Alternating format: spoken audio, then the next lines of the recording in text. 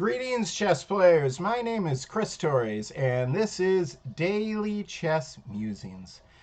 Today, we are going to be looking at round 5 live from San Jose, California. Round 5 of the Mission 360 Bay Area International Master and Grandmaster Norm Invitational Chess Tournament. So many talented players, and it is a 9-round round robin tournament. And in the rounds that we've covered so far, we have seen quite exciting chess. This is not the normal chess that we're accustomed to seeing from grandmasters. These players are fighting. They're feisty and they're stubborn, and the games are long and hard fought with lots of twists and turns. It has been a real absolute pleasure. Let me I'm gonna pull up the web browser real fast and show you what we're talking about. So here's the web browser. Let me see if this switches it. And that switched it, but I didn't want to go to that necessarily. So let me okay, and let me go to dailychessmusings.com, and I'm going to show you what we're talking about. Here's my website. Oh, by the way, you can enter the raffle. You still got a little bit of time left to enter the raffle. But we are going to look, here's the enter the free raffle. You got 3 days left. If you're watching me on Twitch, enter the raffle. But we're looking at the Inaugural Mission 360 Bay Area GM-IM Invitational Norm Tournament. And you can see we've got Grandmaster Jean-Chao Zhao, Grandmaster Gaber Nagy, Grandmaster Leonid Udison. I am Balaji Dagupati, and he might be a Grandmaster soon. He's working on his last Grandmaster. Norm started with a loss and then bounced back with 2 straight wins. I am Raja Panjwani, FIDE Master Eric Lee, FIDE Master, and also one of the organizers of this tournament. International Master Josiah Stearman played my favorite game in this tournament so far. It was his round 2 victory over Kostya. And speaking of Kostya Kavitsky, you guys know him as Hello Kostya. And then we've got Robert Shlyatenko. And then, of course, FIDE Master Milind Meity. So 10 players, 9 rounds of action. Round 5 is just started. So what I'm going to do, let me get back to, there we are. What I'm going to do is catch up the chessboards with the what's happening in San Jose, and be right back after. I'm going to run a couple commercials. I'll be right back, and we'll start looking at the games live.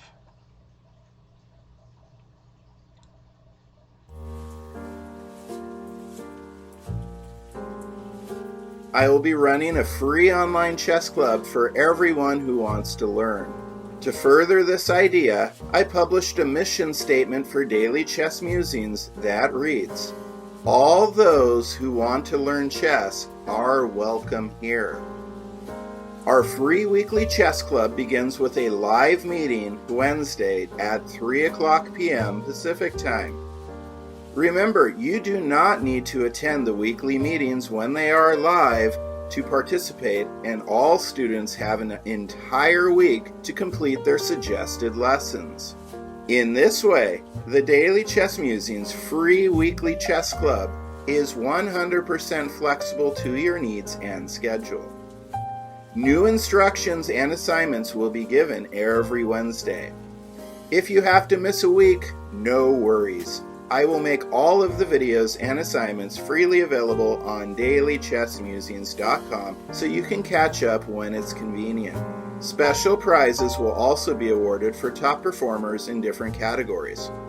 Plus, we will hold regular tournaments on Fridays and Saturdays, along with special events including scheduled matches between groups, simul's, group chess, and blitz games against me, Coach Chris. So what's the catch? There isn't one. I just want to give everybody the same opportunity to benefit from chess that I had as a child. For over 20 years, I have paved the way for the success of thousands of children regardless of their entry-level skill. By training with me, you will gain the valuable tools and skills needed to excel as a chess player. An extraordinary chess club experience with a top-tier instructor, the confidence and motivation necessary to surpass your chess goals and fast-track improvement.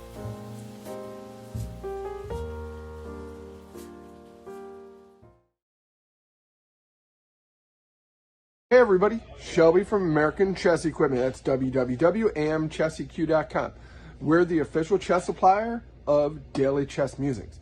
Now, if you're a tournament chess player or just need some for the home, check out our new clocks here.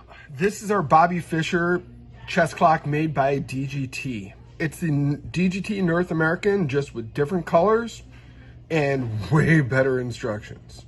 Now, if you really want a high-end chess clock, your kid wants a Chronos, but they're hard to find, or Chronoses are impossible to use. What you really want is you want the VTech.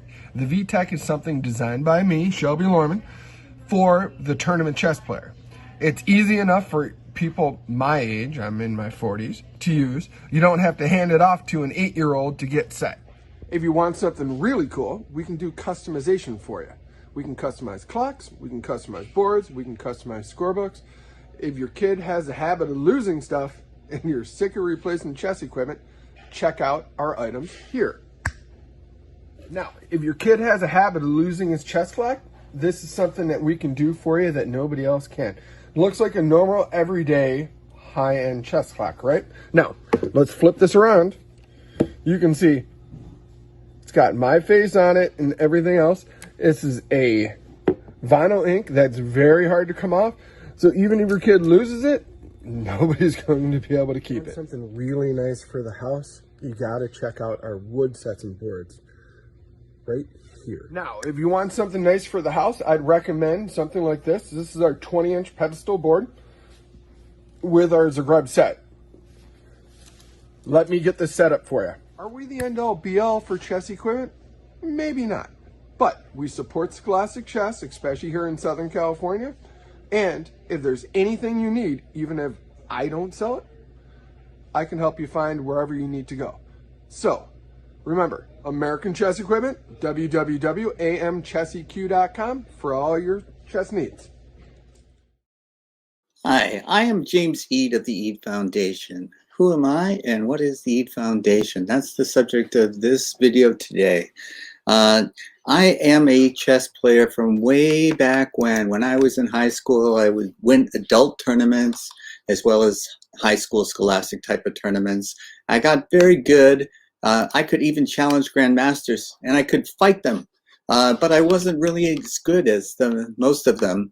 So I started to do other things. I would write chess books, for example. I wrote countless articles, 5 total chess books. And I did a lot of other things like organizing international master tournaments, grandmaster tournaments, various tournaments of various types, FIDE Futurities, that sort of thing. And I did a lot of chess. And in 2018, the United States Chess Federation gave me the Outstanding Career Achievement Award. So that's a little bit about me. But what about the Eade Foundation? What's the Eade Foundation? The Eade Foundation was started to help build communities through chess. Chess is what I did. Chess is what I knew. This is the way I could help other people. And by sharing what I had, the resources that I had with those who did not have those resources, I felt that I could make a contribution to society, however incremental it was. It was a contribution. And so I found that this was pretty successful. And it was successful because I would get things like this. These are children in Uganda. These are orphans in Uganda sending me a happy birthday message. And I would get, the Divine Chess Academy was one example. They had to make boards, boards out of the paper.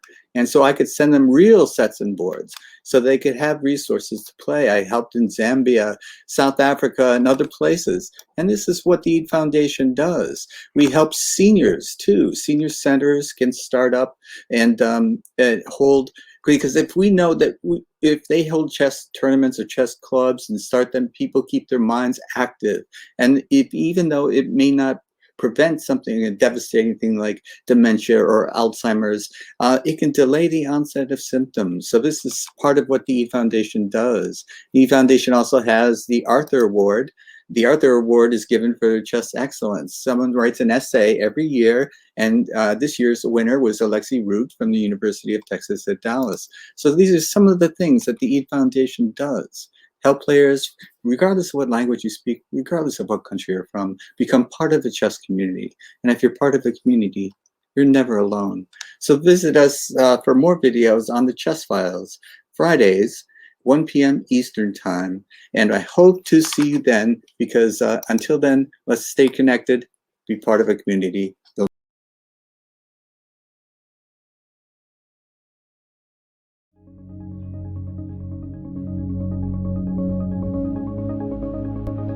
Can you move your leg?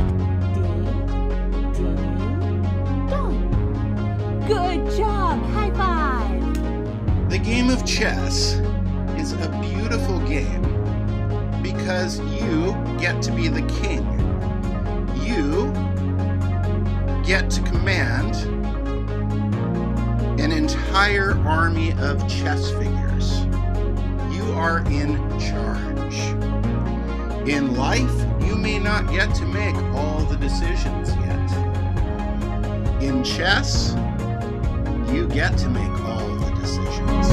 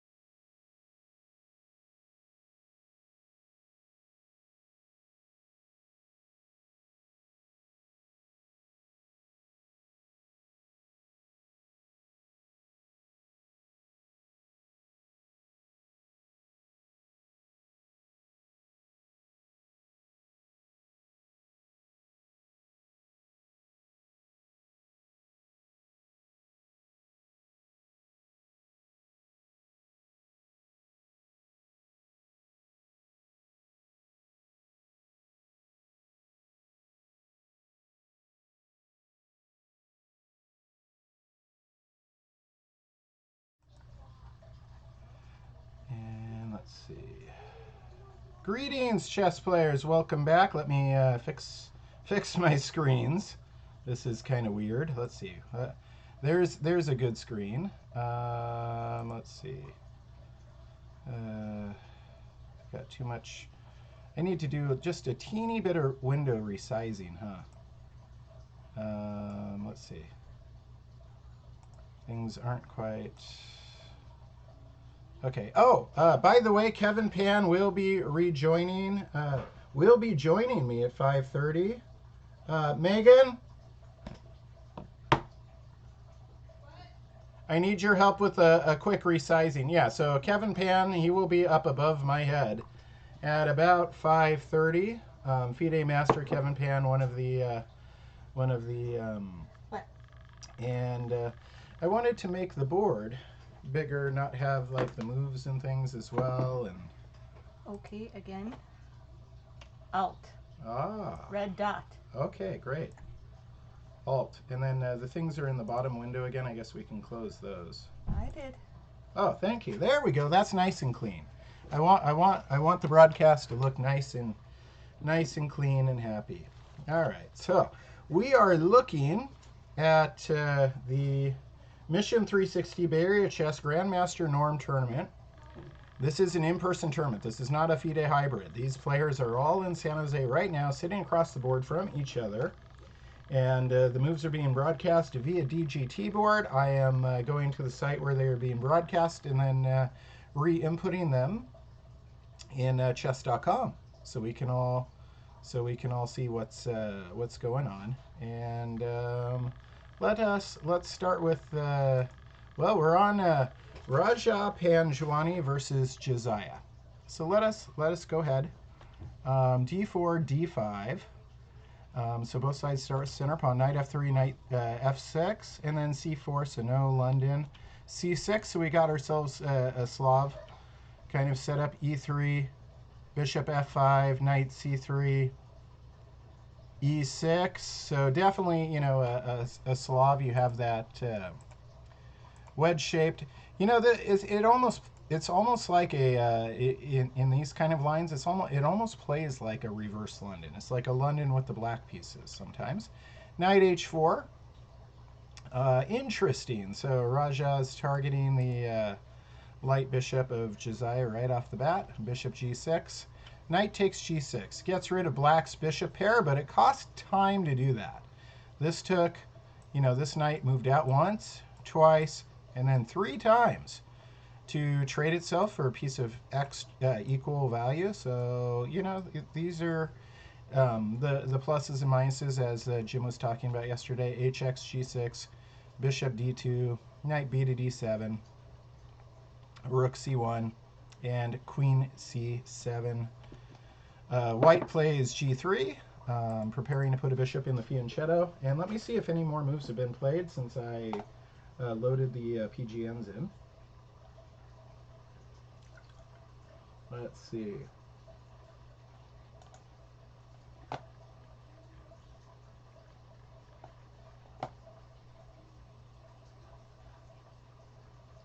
Interesting. I'm not seeing the moves at all now. This is quite interesting. I saw them a moment ago. Well, we know that the game did start this way. I'm not sure why. Okay, so we've got Leonid Udison's game. Hopefully I didn't accidentally copy the wrong game. I'm hoping that's... I'll double check on that while we're here. And let's see. Let me switch to... okay, so we've got Leonid Udison and Jinxiao Zhao. And you might remember we didn't have anything from Leonid for the last couple days. And the reason is it was Friday night, Saturday, the religious holiday. And in observance of the Jewish holiday, no broadcast of Leonid's moves. All right, so let me play along and we'll see where we go. E4, C5, we've got a Sicilian, knight F3, D6. Bishop B5, a Moscow Sicilian, right? This is the Moscow. You know, it's a way of avoiding kind of the mainline Sicilians. A lot of people kind of looked down on this for a while, but then it was featured, I think, in the Carlsen and On World Championship matches. Knight D7, certainly Bishop D7 was also totally playable with the exchange of bishops. Knight D7. It's a matter of what black wants to go for. D4, white plays D4 right off the bat. And let's see. Knight f6. Certainly. Knight c3. White could have also castled there. No problem there. Cx d4. Knight, queen takes d4. Knight could, you know, if knight takes, it kind of looks more like a normal Sicilian. With queen takes, it's still more unique to this kind of the bishop b5 Sicilians. And then e5 is played. Obviously, you know, grabbing the center, hitting the queen. Queen drops back to d3. H6, stopping the bishop from going to g5. And maybe the knight too. Knight to d2. Now that's an interesting move by white. What is white doing with knight to d2? And black actually continues bishop e7, just going along, gonna castle soon for sure. And then white reloads their knight. This is what they were doing. Knight e2 to c4 to double up on the weak d6 pawn. So d6 is a weak pawn, and white already has two attackers. Let me try and fix these arrows real fast before I go any further. Oh my goodness. My goodness. How did I get so many? I think I know. I think I know where my arrows came from. All right, the yellow came from the knight. Got it. All right. And then black castles. And that is where we're at in this game. That is where we are at currently. So white has put extra pressure on d6 early, but their bishop doesn't have a lot of possible squares to move to. This knight's actually interfering with the some of the paths that bishop may take. So we may see, you know, might even see bishop takes knight, right? I mean, this bishop doesn't have a lot of squares to go to. So bishop takes, and then white could castle is what I'm kind of thinking. Because why wait for black to play a6? Just, you know, exchange the bishop and castle. Let us look at our next. Oops, what happened here? Why is this one a different size? Let me make sure it's showing up okay in my screen too. Yeah, it is. It's just that's very interesting. It's a slightly bigger chessboard for some reason on my screen, but as long as it shows up good to you guys. This is Robert Schley. I'll get his name right one of these days. Schlyatenko. Eric Lee versus Robert Schlyatenko, I should say, because Eric Lee is white. And let us see. How did this get so big on my screen? This is a little annoying. It's also like in night mode on this particular one. It's so strange. So I'll play through the moves as we've seen them thus far, and then all right, so c4, maybe in English. And why are we not seeing the moves? There we go. c4, e5, knight c3, bishop b4. So we've got an English, opening. And if the game with the Slav was like a reverse London, then the English is almost like a reverse Sicilian, right? I mean, knight d5. So targeting the bishop right off the bat with a second knight move. Bishop drops back to c5, threatening the belly button on f2. So white says, no, thank you, plays e3, keeping that at bay, knight f6. And now we get to some sharp stuff. Watch this. Watch this. b4. So this knight is supporting the b4 pawn, threatening the b4 pawns, threatening the bishop, but the knight is under attack itself. So pretty much either take white's knight or retreat the bishop. Those are your options. Black chooses to take the knight. Makes sense. White takes their bishop. And now the knight is still under... Oops, don't draw an arrow. The knight is still under threat. This is a fun line. Knight f6. I don't play this line, so I'm not familiar with it, so much as just kind of seen it right now, and it just looks fun. I may have to try and incorporate it a little bit into my chess. Knight f3. Almost inviting black to play e4. But then that pawn would be, very advanced, and it would be hard to get support from the d5 pawn for it later. Let's see if white plays e4. I'm sorry, black plays e4. And no, Robert does not play e4. He plays knight c6. Bishop e2. He gets another chance at playing pawn e4 if he wants to. He does not. He castles. Makes sense as well. And then white plays d4. Let's see if any more moves have been played. In fact, they have d6. So white's got more space, and we have this interesting points of tension here with the pawns, right? It's kind of a diamond shape. All these points of tension on the dark squares. So this is an interesting line for sure. I'm going to have to do some more research on this. And then white avoids any of the trades. He probably could have. He could have certainly played cx d6, getting rid of one of his doubled pawns, right? No problem there.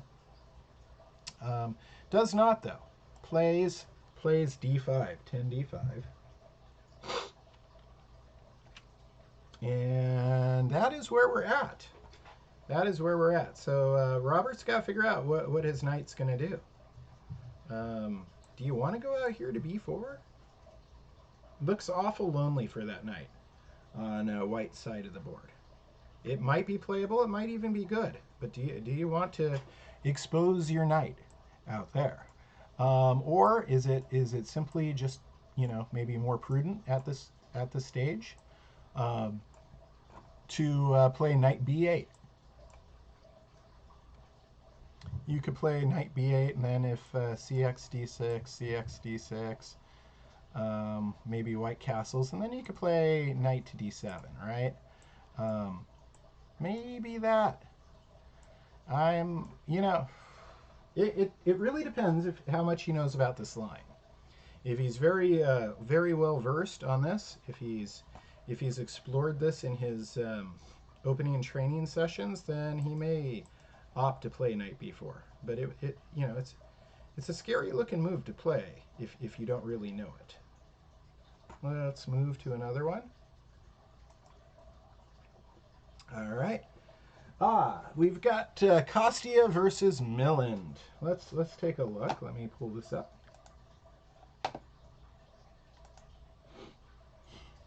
So Kostya versus Milland. And Kostya plays knight f3.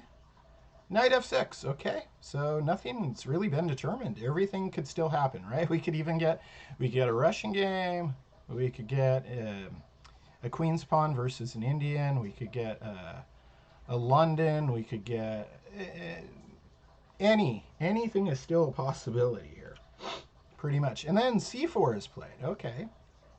So now probably we're moving into a English style game, but there's going to be no reverse kind of Sicilian theme here because the knight's already stopping e5, so we aren't going to see the same kind of English we're seeing in the earlier game we were looking at. And let's see, e6 is what Milland chooses.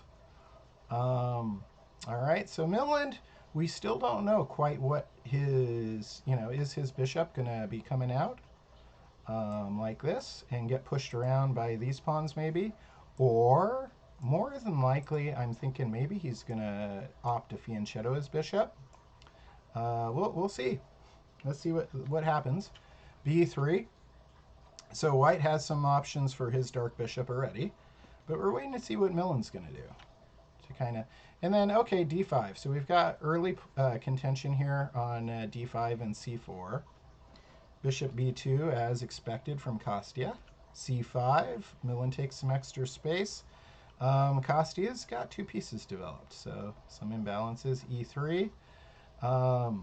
Interesting stuff. Let's see, knight c6. Milland gets his second knight developed. Pawn takes, and bishop e2. Anything else happening? Okay, so Milland is not.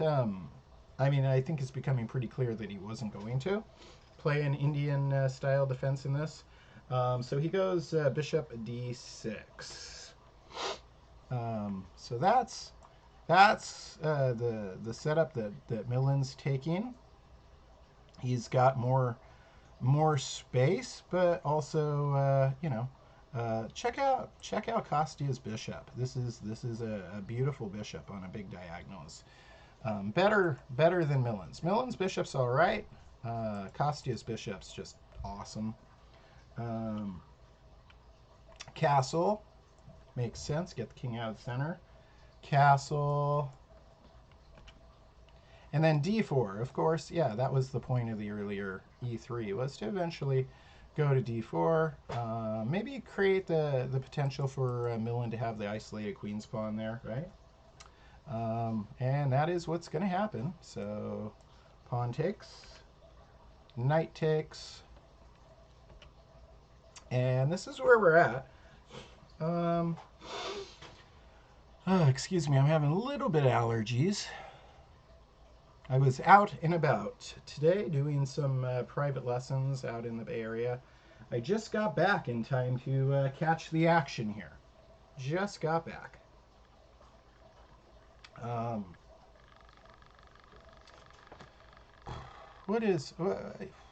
I mean, what is this bishop going to do? This is a little tricky, right? That's very passive. Putting it there would be very passive. Putting it on e6 would be okay, I suppose. So the bishop could go to e6. Cannot go here, cannot go there, cannot go there, right? So really, the light bishop only has one potential square right now, which is e6. So are we going to see like an a6 and then a b5 kind of pawn movements from Milland? Maybe, and that would create some extra diagonals for his bishop to use. A6 would also, be good because it would stop. If you look, Costia's knight and bishop are focused in on b5, and you really don't want this knight hopping over there, right? So I'm wondering if Milland's going to play a6. This is a live match, Arcane Doctrine. This is live from San Jose, California. It is a Grandmaster and International Master Norm tournament. Live chess. And so I'm looking at 5 boards from the tournament. It is a round robin, so there are 5 boards every round. 10 players, 5 boards. This is the kind of fun stuff you get to see when you subscribe to Daily Chess Musings on Twitch. All right, so let's see. Let us see. 10. Rook e8 is what Milland plays.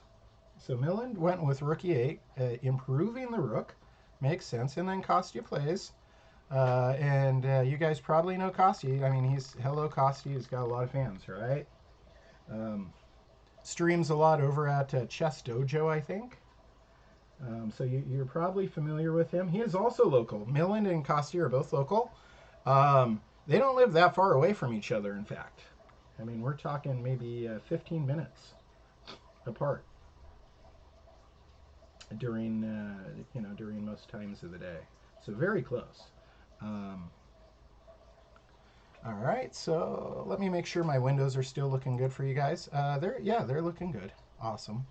It's always good to check back in and make sure things look the way they are supposed to, and the audio's working fine. I'm still kind of thinking Milland's going to be playing a6 soon. Stop that knight from intruding. Then maybe b5, get some space on the queen side. Give the bishop extra space to go. Because otherwise, I mean, we're just kind of looking at placing it on d7, right? And it's kind of a very passive defensive square for that bishop to be. All right, let's take a look at another board.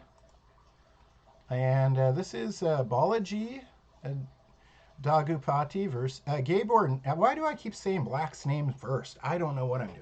Gabor Nagy versus Balaji Dagupati. Gabor's a Grandmaster. Balaji wants to be. He just needs one more Grandmaster norm. So if he does really good in this tournament, then he will be a grandmaster. We will witness the birth of a new grandmaster.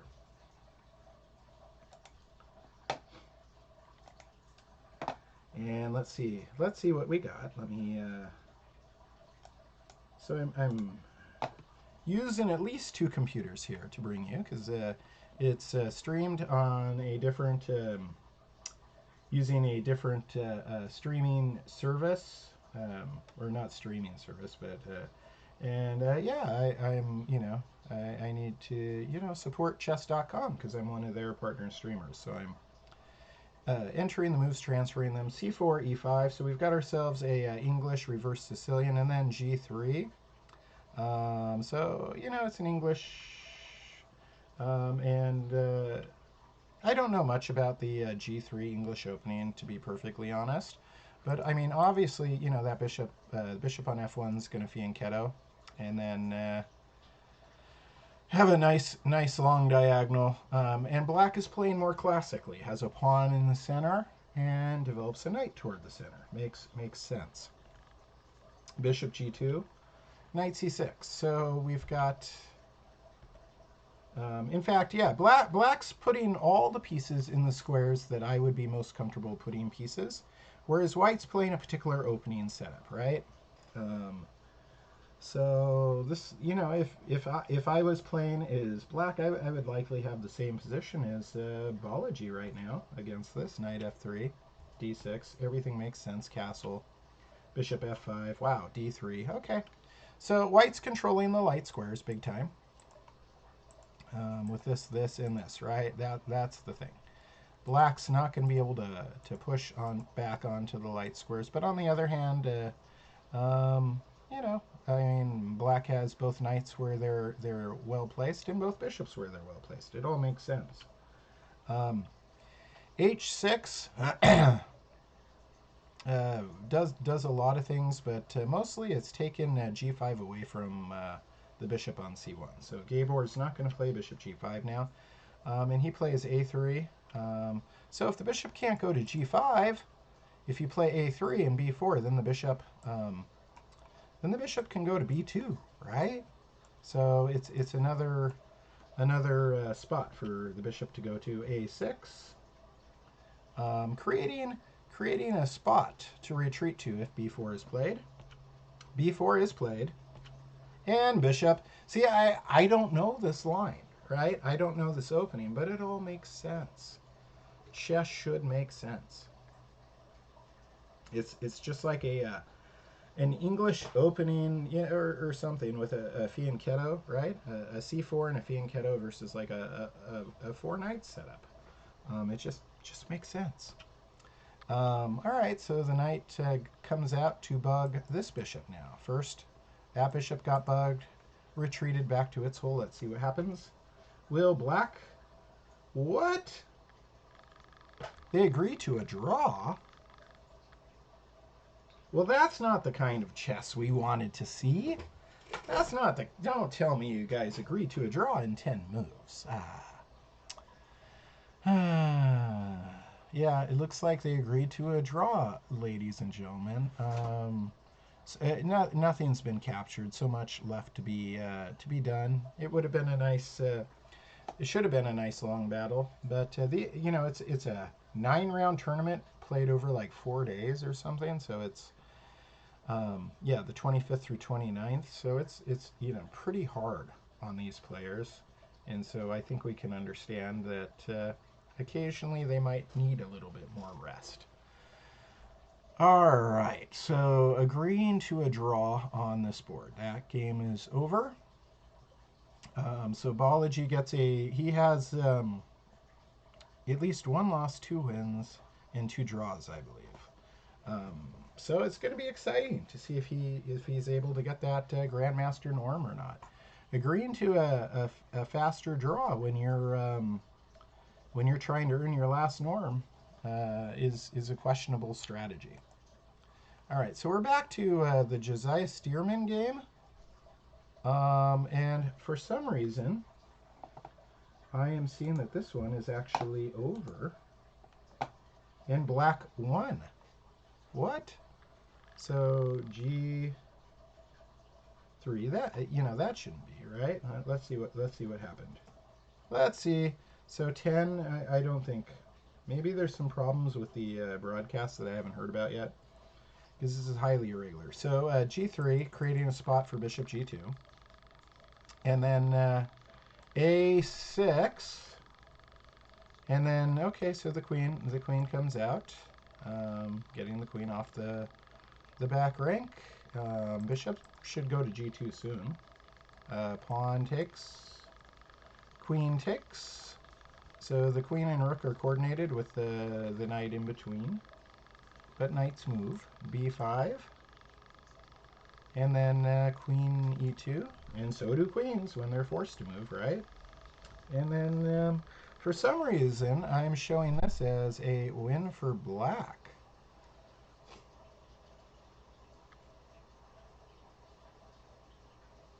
So this is fascinating. We had a weird draw and a win for black, and they both occurred around the same time.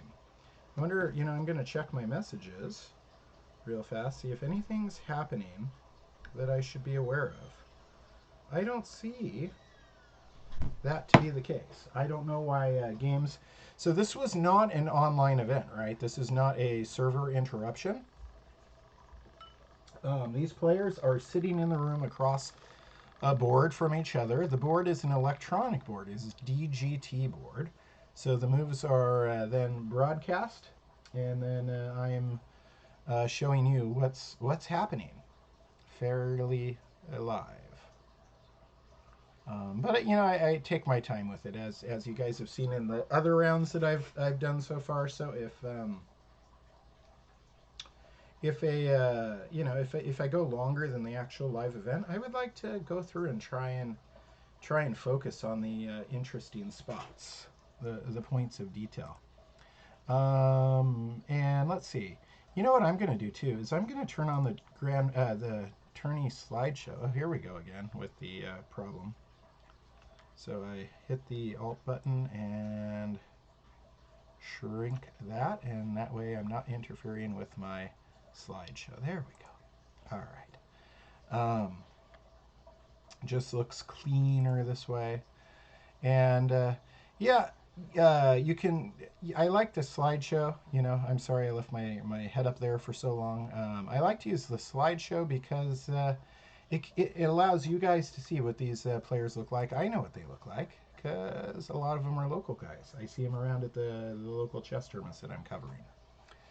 All right, so then we go to, let me double check my audio. We've had some issues with audio the last couple days, and I apologize about that.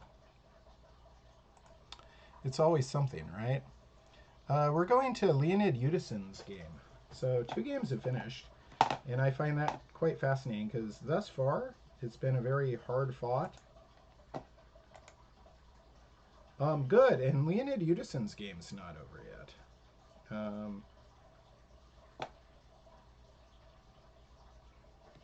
Let us see. So when we last left, I was speculating that maybe this bishop's just going to trade for the knight because, see, with white's knight set up like this, it means the bishop can't back out and won't find a useful square. The knight's on c4 because it puts more pressure on d6.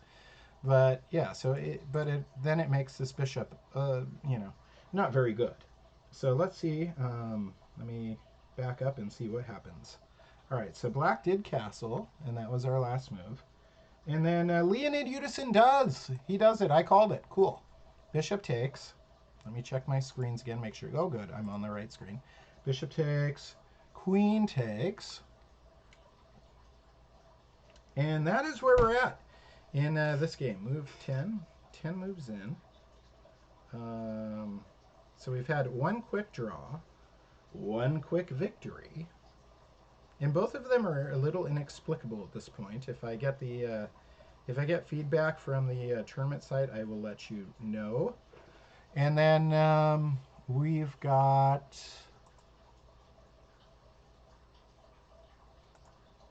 the Leonid Udison versus Jin Xiao Zhao.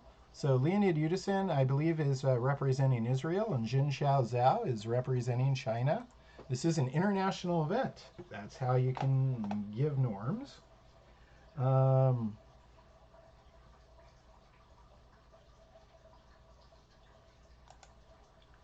Let us see.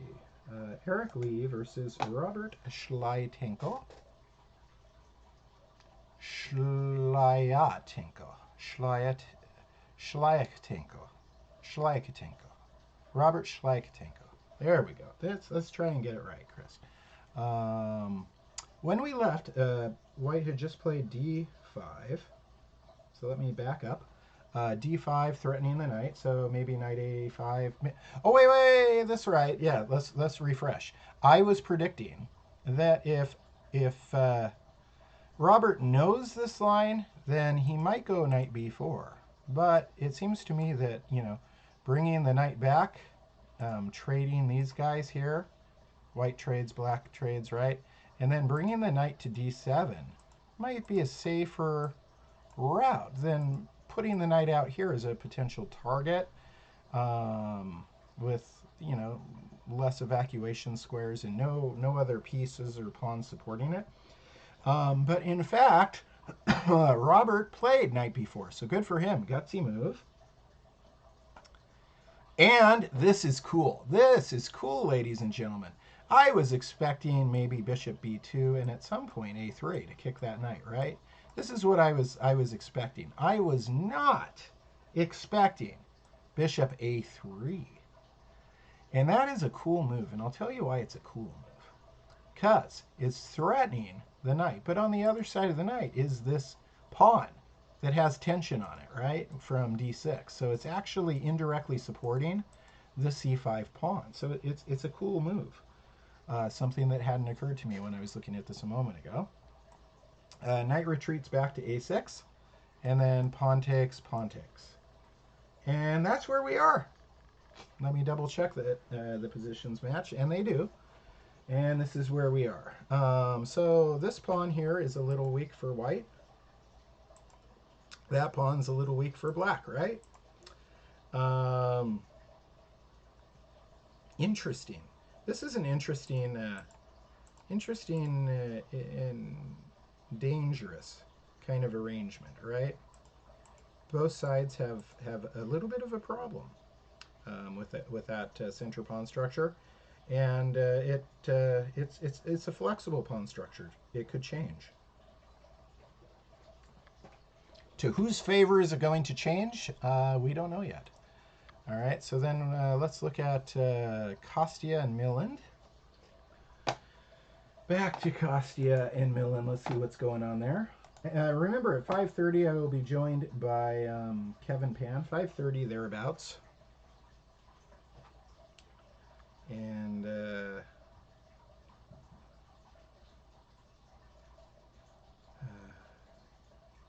let's see. So we were at 11 knight b d2. Let me get, and then I was saying, black's bishop, Milland's bishop, doesn't have a lot of good squares, so d7 kind of seems it, unless he starts like pushing those pawns forward, starting with a6. And in fact, Milland did play bishop d7, then knight f3. So black has an isolated center pawn. It's a center pawn, but it's an isolated center pawn. So positive and a negative. And here comes this a6 move. Important. We want to be able to stop that white's knight from going to b5. And so white plays rook c1. Rook in an open file, right? Queen e7. Stacking in the e file, semi-open file, makes good sense. And we've got ourselves a battle. Let's check in again, make sure. This is called a draw, and I'm just going to double check that is. And I don't think Josiah's game is over. I think the result mark is accidental. I don't know why it's showing that, because they are still playing. So this is good. So we had one quick draw, and Josiah's game with Raja is still going. So this is fantastic. I think there's just a mix-up in the PGN file, because this game is still going. And let me back up. All right, so we just saw Queen E2. Queen retreats to E2. And then black plays Queen B6, more active square. Preparing maybe to play C5, obviously. Bishop G2 going into the fianchetto. Rook C8, more preparation for C5. White castles. Bishop E7. Black wants to castle too. And maybe if you're white, you just move the other rook. This way you've touched all your pieces, right? You get the other rook where it sees more squares. Or possibly, another interesting thing. This is a semi-open file, the C file. So, I mean, moving that rook up a square just for a moment means you could put the other rook behind it. That's another possibility I see. And then, of course, there's... I don't think black's going to give white enough time to do it, but I mean, there's always these A3 and B4 ideas. But I don't think black's going to give him enough time. I think if white plays A3, black's probably going to play C5. But maybe they castle. Maybe they castle. The A4 is another interesting possibility. The knight is supporting that. If capture, then the knight's out here attacking the queen. So... this is the position with way more possibilities than a lot of them. I see a lot of good possibilities here. So maybe we'll keep it here for a moment or two and see what Raja decides to play. Raja Panjwani. Should be exciting. So as I'm talking to you, I'll go ahead and flip back to my head for just a little bit. There we go. And let me do this alt thing. Clearing this up again. I don't know why. All of that. There we go. All right. Got our two squares. As I'm talking to you, these moves are being played live in San Jose. And I just want to take a moment to say that Eric Lee and Kevin Pan, I am so impressed with. They started this organization called Mission 360. And it's just mind-blowing to me what two guys in high school are capable of accomplishing. They're both FIDE masters. And they started this organization. Now they're hosting these tournaments. I mean, we're having norm tournaments in the United States. Very rare. And this is the first of several that they have planned. Certainly, I would like to bring you several of those. Let's go. There we go. Nope. There we are again. Wrong window. Sorry about that. Let me do a...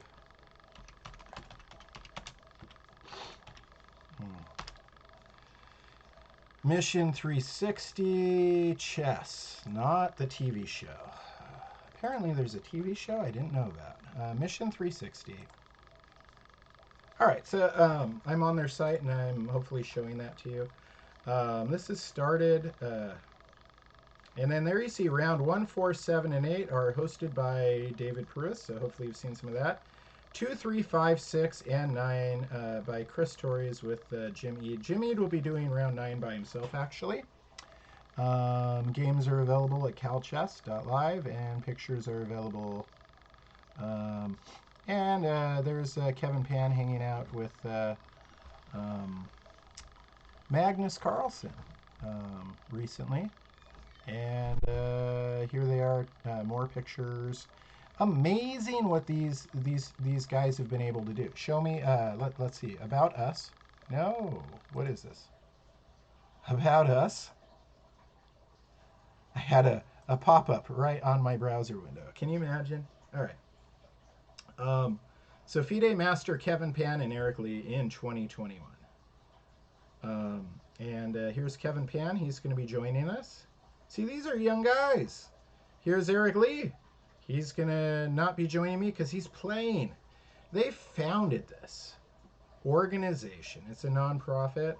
If you want to support Grandmaster Norm tournaments, occurring in the United States more frequently, then you probably want to support Mission 360.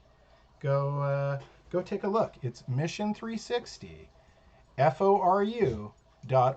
Mission 360 for you.org. Or you can just go to Google, type in Mission 360 chess. All right, so that's the browser. Let me go back to my Twitch and then switch back to a chessboard. Okay, and then we're back to looking more like we like to look, more like we enjoy here on the channel. But it's cool that I can go and show you like some of these sites and whatnot. In fact, let me have well, no, yeah, I'll go on another internet journey in a moment. Let's not overdo things. Let's see. Checking in on the different games, seeing what's been played. Checking in on my windows, making sure it all looks good. And it does. All right.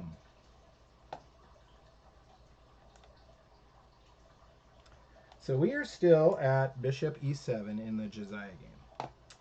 So Raja Panjwani and Josiah Stearman, this is the current position. Let us... Why? Oh, okay, yeah. Leonid Udison and... Oh, you know what? I'm going to put up the slideshow for you. Let's see.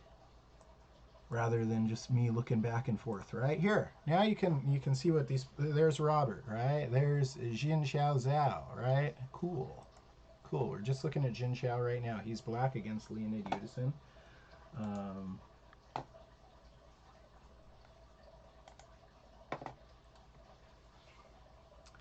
And then moves have been played here. Let me double check my my camera real fast. Make sure everything looks good. Yep, it does. Cool. All right, so Leonid Udison and Jin Xiao Zhao.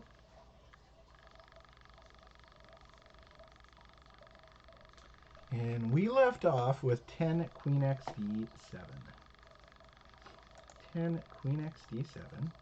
And then we had Knight to E3. So after the exchange of bishop for the knight, now the knight goes back to E3.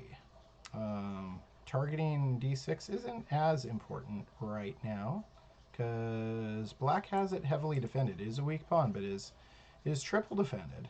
So white brings their knight back to E3, really focusing in on that D5 square. So, let's see, did black play a move yet? Black has not played a move.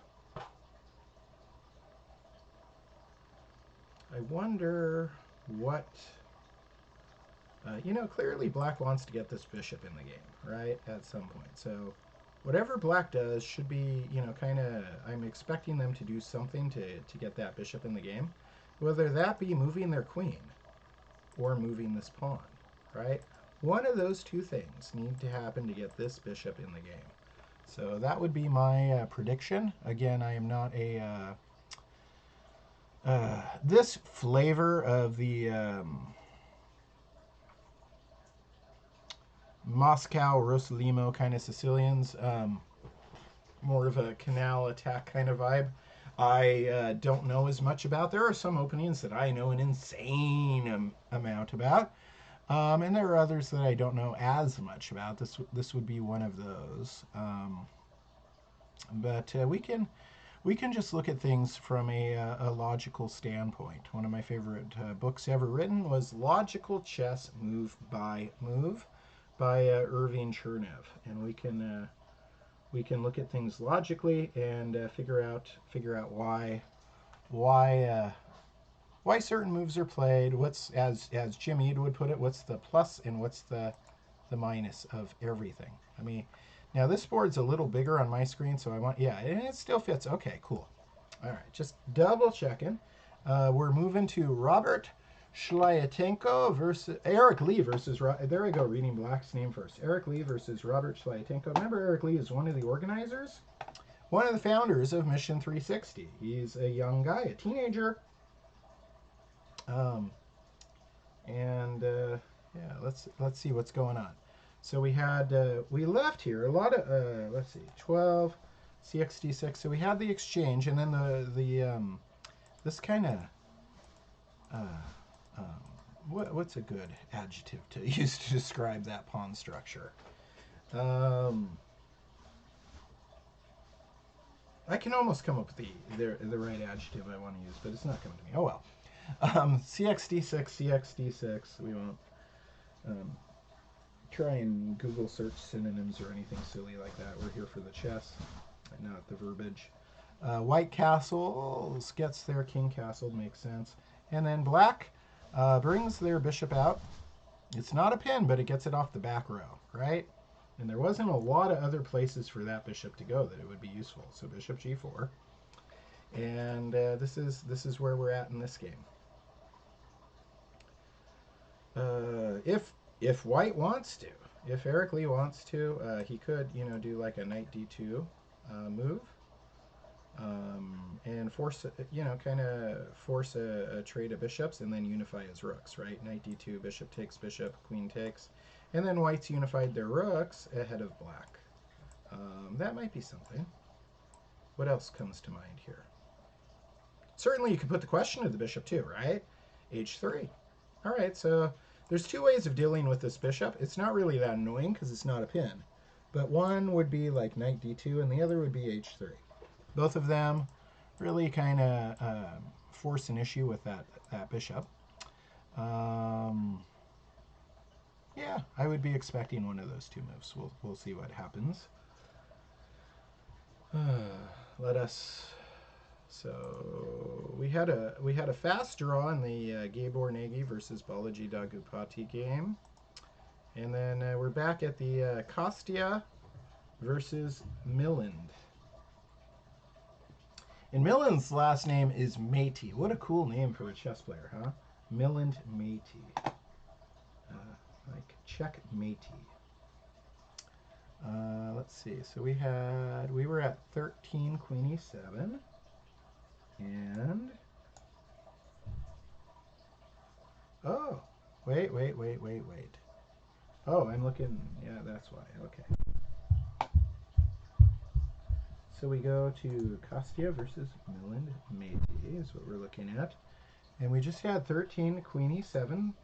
And since we were last at this board, Kostia plays queen c2. So Kostia's got a rook and a queen in the open C file, stacked, coordinated in an open file. That's always good.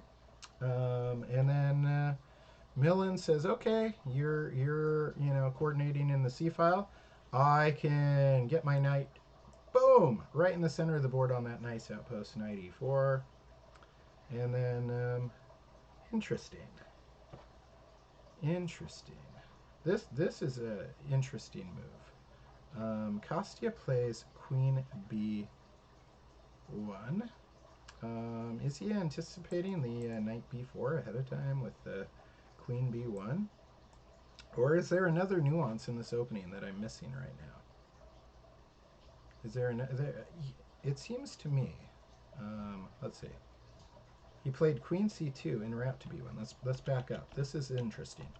So Kostia wanted his queen on b1, but didn't. Yeah, and the way to get there was around the rook. This must be a nuance in this opening. This variation of the English.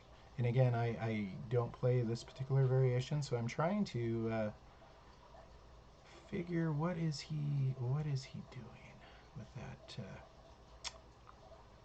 queen b1. I mean, it gives this knight, potential target there on d2, big time fork, which is stopped by just one knight. On the plus side,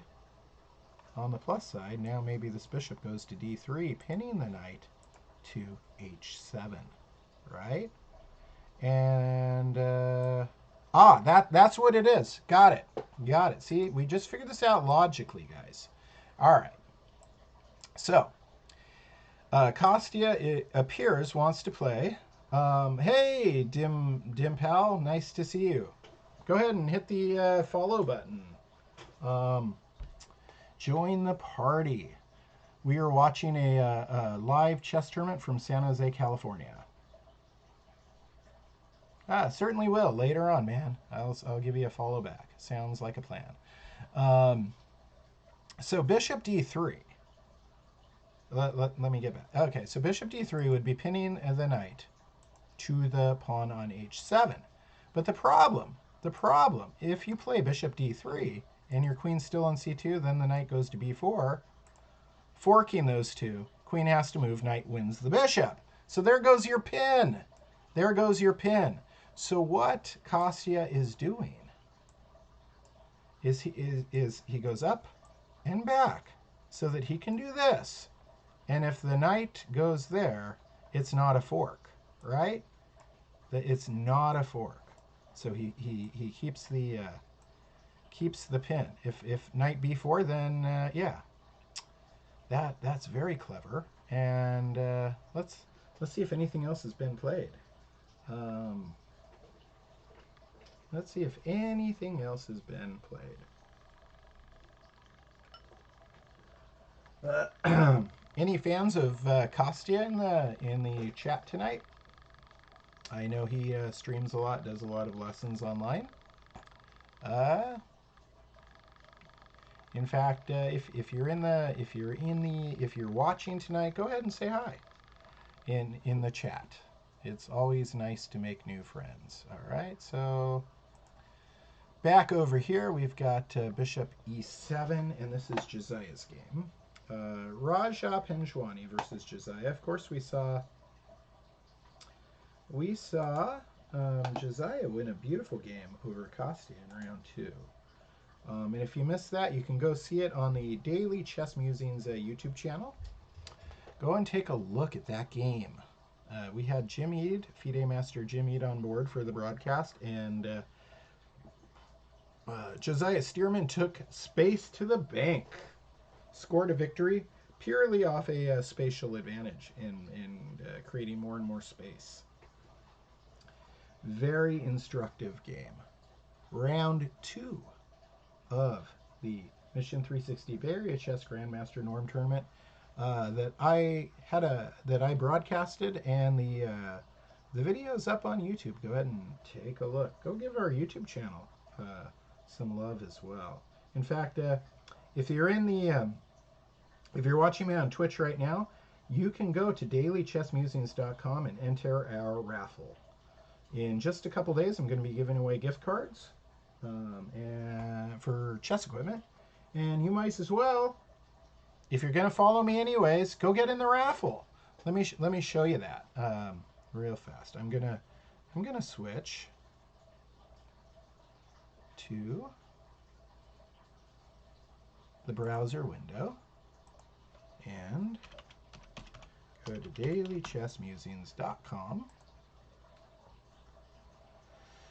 Go to web browser, and here we are at my website. This is my fantastic, I think so, blog. I've been doing chess for a very long time, and I've been blogging for a very long time. So when you're on my blog, see, you can win prizes in our free raffle, and you just click the link.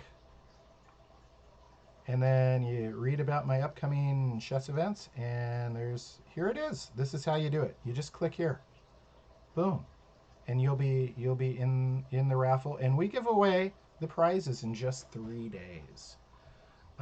So, you know, to get in this raffle, all you gotta do is follow us on Twitch, and then give us your email. It takes moments. And you could win valuable chess prizes. Maybe you want a new tournament set. Maybe you want a chess clock. Maybe you want a really exquisite bunch of wooden chess pieces, right? An heirloom set. You could do that too. You know why I'm here? I'm going to do a search real fast. Watch this. Milland Meaty. And we'll see what comes up. You'll see a lot because I've been blogging for a long time. All right, so there's the tournament we're doing right now, but there's a Susan Pulgar thing. There's a post from 2013 talking about Millen back in the day, right? On the eve of greatness, talking about Millen and some of the other prodigies.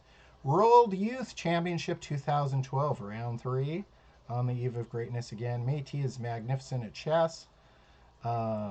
National K to 12 from 2011. He was a kindergartner. So, and he scored perfect. He did so good in many of these early tournaments. I remember it all fondly, and the history of it all is on my website. All right. So getting back to the games though. So enter the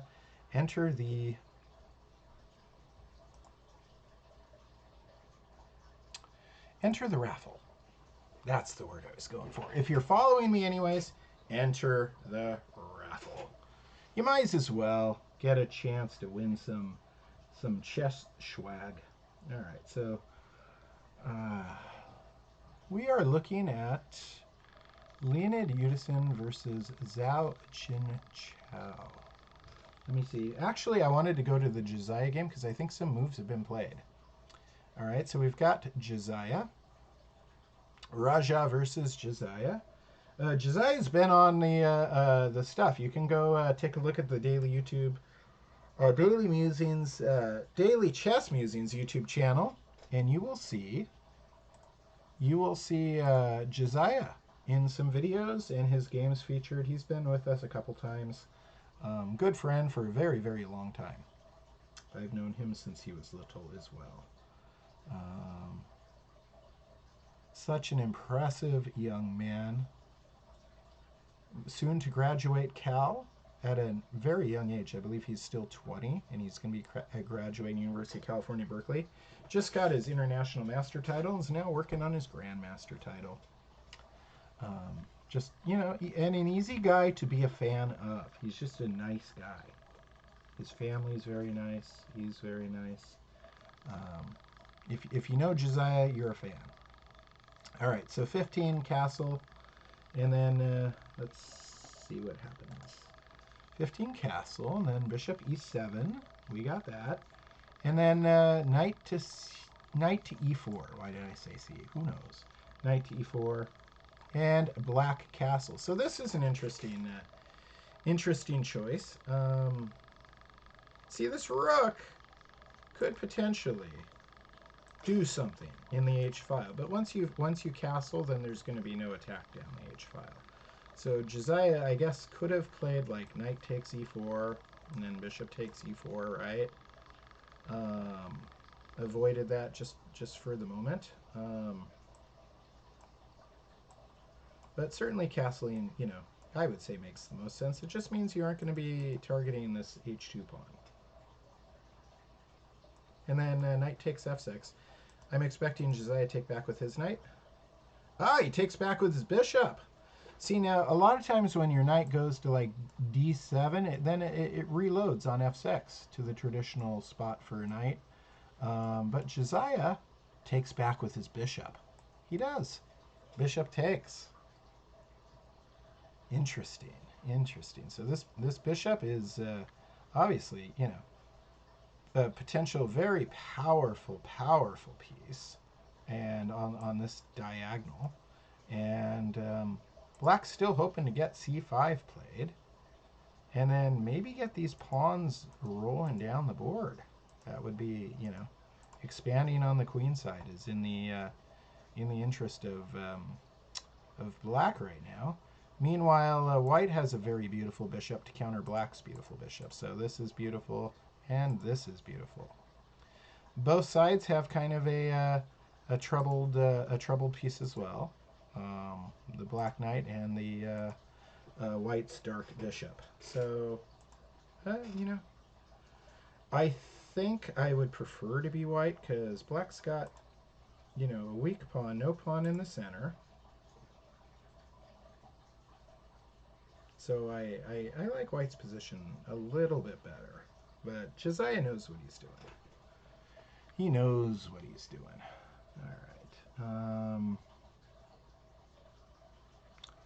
All right.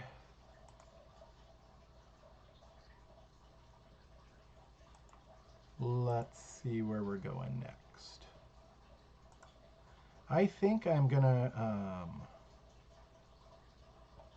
it's almost time to get Kevin Pan on board. That's gonna be exciting. Getting Kevin Pan on board. I'll probably even send out some tweets and notifications about that when Kevin's available. Let me check my messages real fast, see, because he might be available already.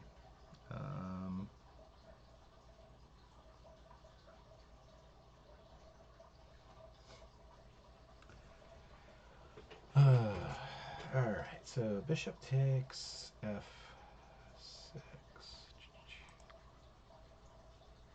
And let's see, in the Leonid Udison, let's go back to that real fast.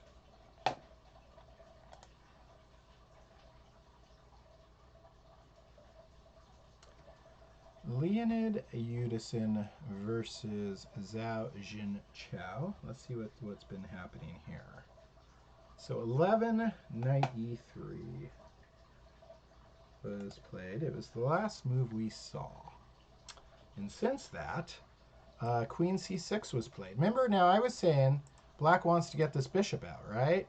So a moment ago, if you remember when we were here, I said either this has to move or this has to move. So this can get out.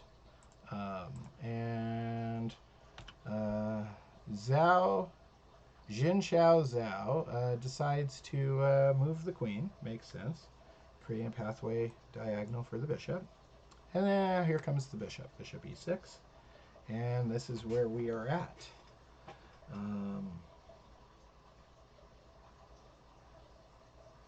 Now white has to figure out what they want to do with this bishop. Are we going to see pawn to b3 to create a spot for this bishop? I wouldn't be surprised. I wouldn't be surprised if we do.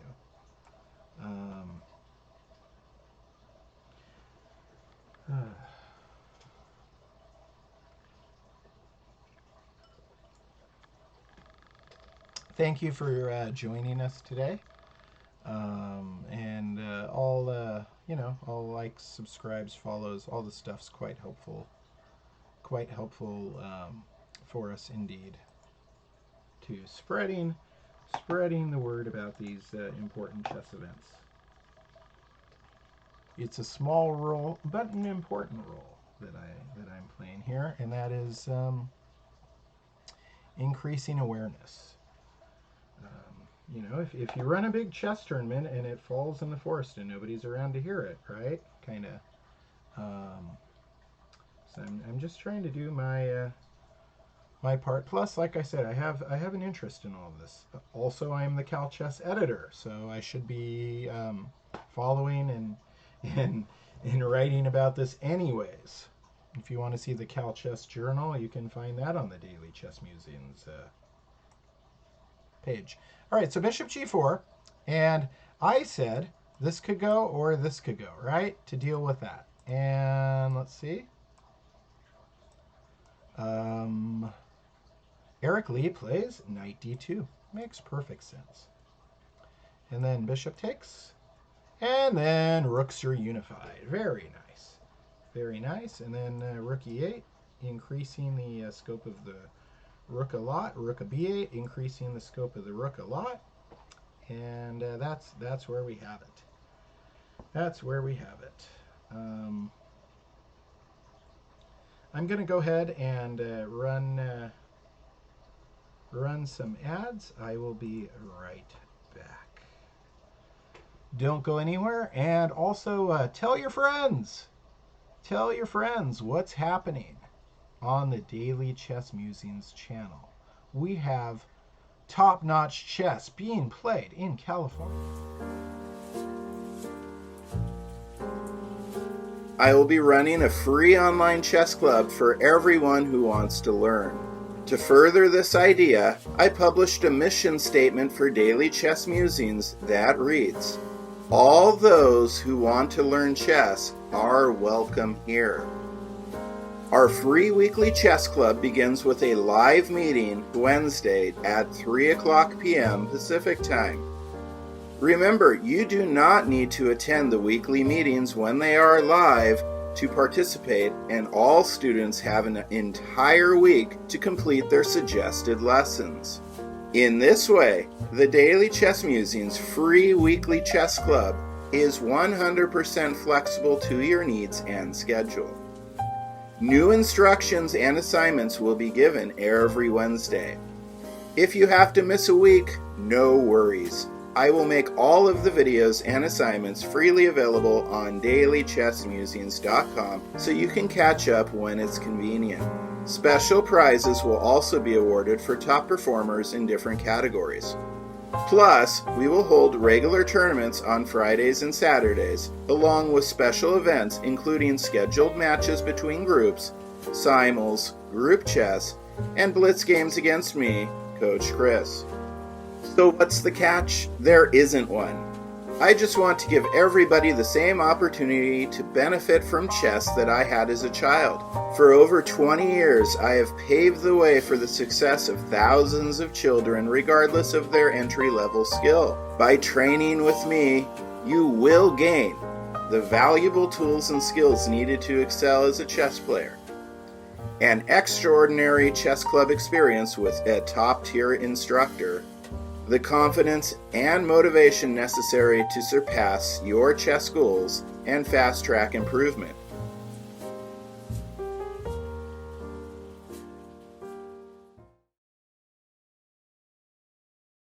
Hey everybody, Shelby from American Chess Equipment. That's www.amchesseq.com. We're the official chess supplier of Daily Chess Musings. Now, if you're a tournament chess player or just need some for the home, check out our new clocks here.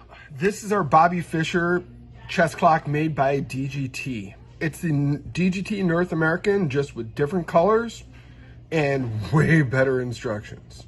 Now, if you really want a high-end chess clock, your kid wants a Chronos, but they're hard to find, or Chronoses are impossible to use. What you really want is you want the VTech. The VTech is something designed by me, Shelby Lorman, for the tournament chess player. It's easy enough for people my age, I'm in my 40s, to use. You don't have to hand it off to an 8-year-old to get set. If you want something really cool, we can do customization for you.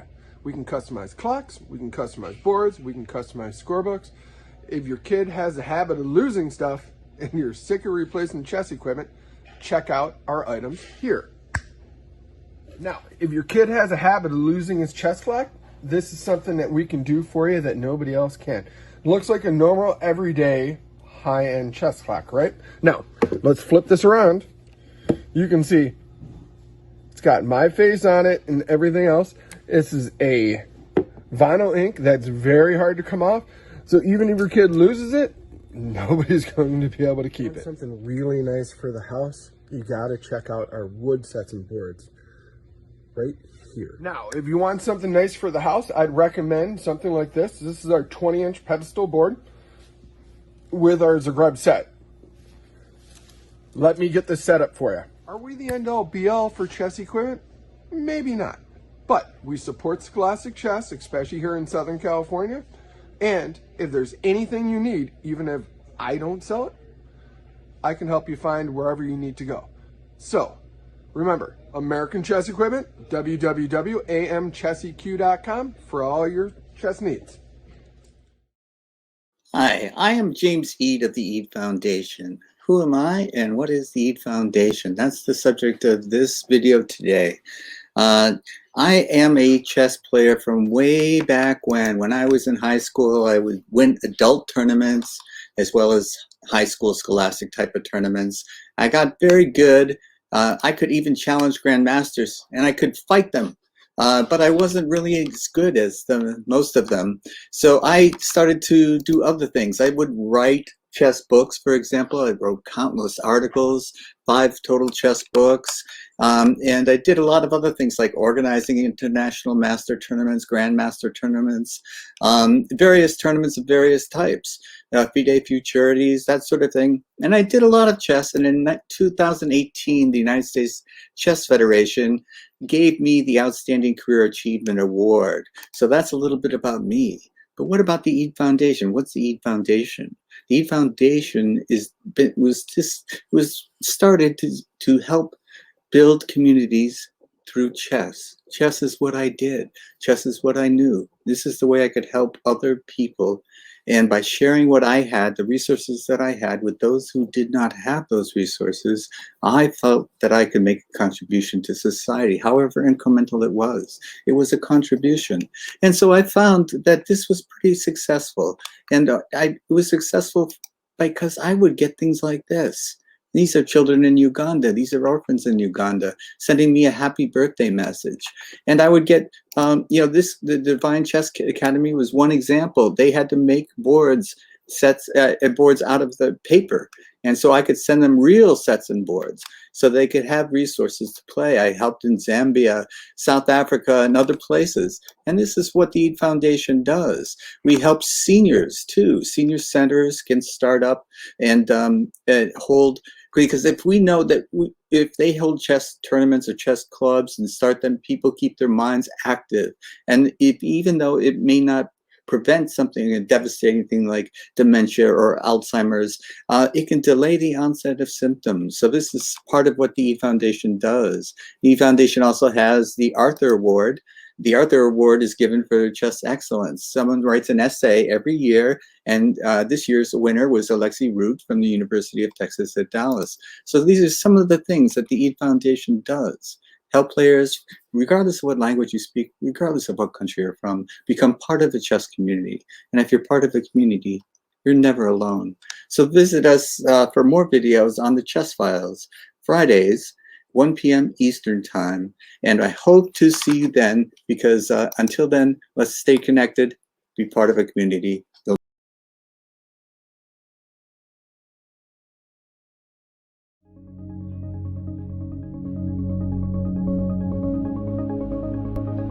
Can you move your leg? Ding, ding, dong. Good job! High five! The game of chess is a beautiful game because you get to be the king. You get to command an entire army of chess figures. You are in charge. In life, you may not get to make all the decisions yet. In chess, you get to make all the decisions.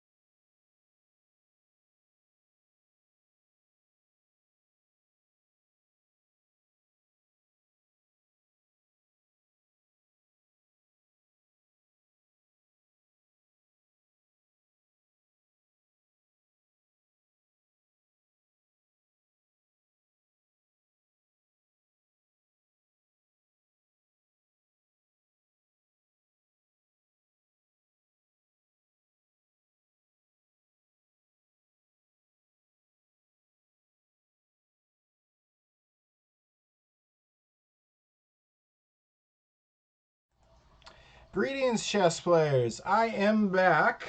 My name is Chris Torres. I am your host tonight for our continuing coverage of the Mission 360 Bay Area Grandmaster International Master Norm Chess Tournament happening in San Jose, California. Don't know why I said it that way. San Jose, California. And let me get us caught up on where all the action is. Come on, wake up. There we go. All right. So let's, we left off. We were looking at Robert Schley. Here we go again. Robert Schlyatenko. Eric Lee versus Robert Schlyatenko. Eric Lee is one of our organizers for this event. And 16, Rook A to B1. Improving the rook, giving the rook more scope was the last move we saw. And black plays queen c7. So, yeah, Robert's not going to give the pawn away for free. Plus, now black's rooks are unified, so the queen's off the back rank. And then, kaboom, f4. So, we've got kind of this... I'm still looking for that right adjective. Where both sides have a weak pawn in this pawn structure, and it's like the opposite of symmetrical, right? And then we've got this and this now, tension on f4 and e5. So very, very interesting pawn structure, action occurring in and around the center of the board right now in this game. Let us go to where we were talking about the power of the two bishops last in Rajah Panjwani versus Josiah Stearman's game. Let me catch up on that.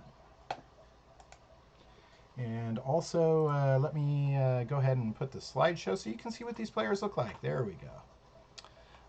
Slideshow is playing. You can see what the players look like. Enjoy it. And let's see some good chess. Oops. Let me get that off there. Bishop takes f6. 17 bishop takes f6 was the last move we saw. So knight takes f6.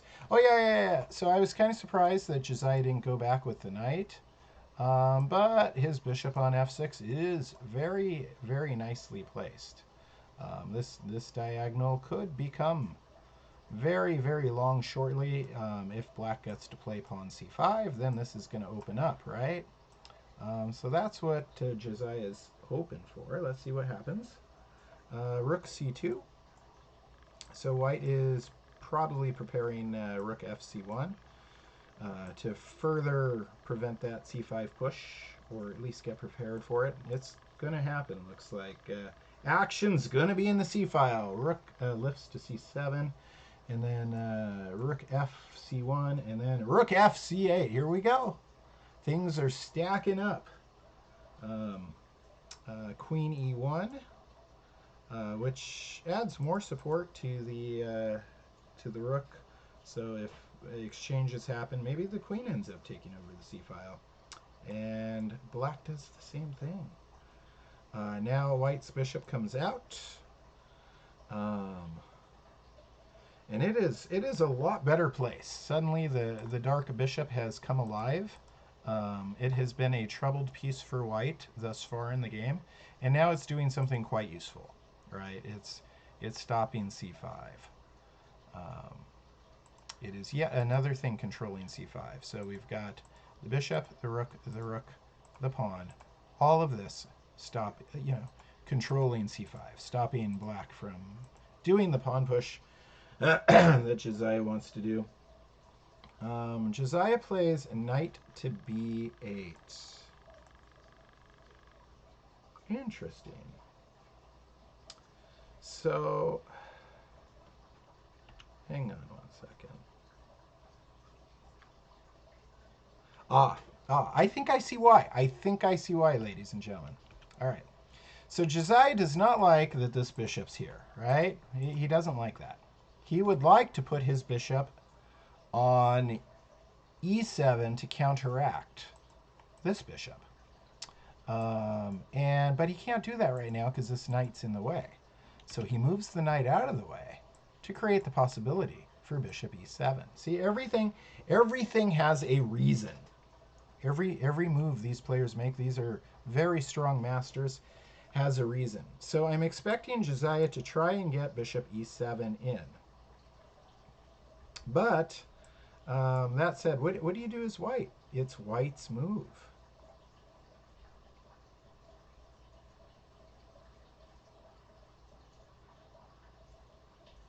I don't know. I'm not coming up.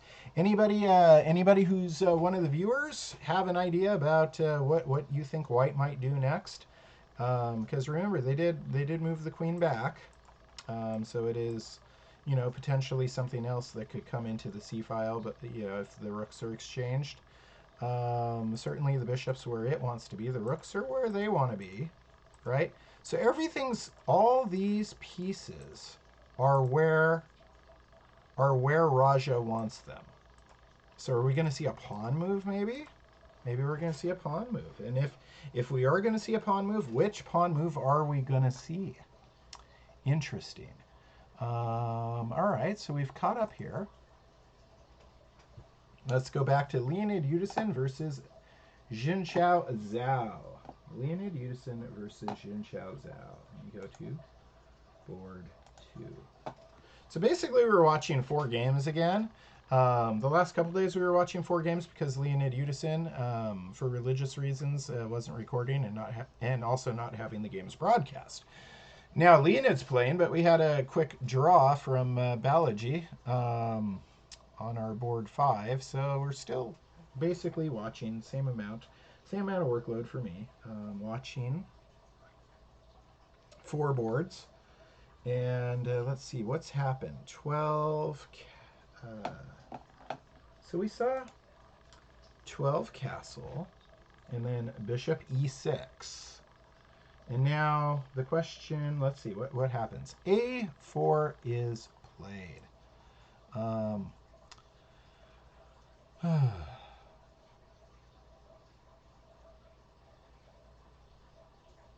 Interesting. And then what's... obviously that's giving a platform to the knight on b5 where the queen wouldn't have to be involved, where the queen would not have to be involved defending the knight there. Queen goes to c5, and then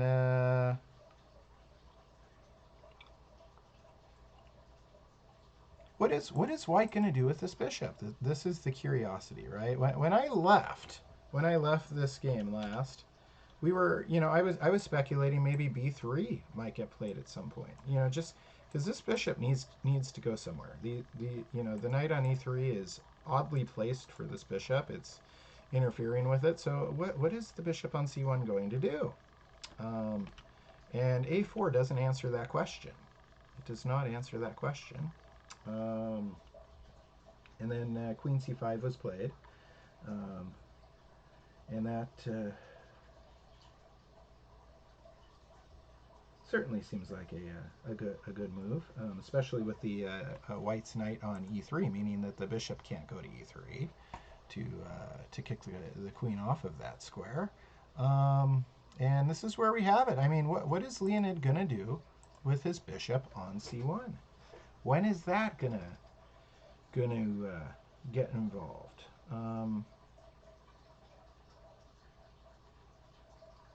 I wonder, just to kind of untangle things, I wonder if queen b5 is going to get played soon. And then see if queen takes b5, would you take with the pawn or the knight? Taking with the pawn is a little intriguing because it would open up the rook, right? It would give the white rook a lot of scope. So it's kind of an intriguing option. I'm wondering if that's something that we might be seeing from Leonid soon. But even that still doesn't answer. What is this bishop going to do with its life? It's been sitting on c1. Lifeless this whole game. We're getting, coming up on move 14, and it just lacks tremendous purpose.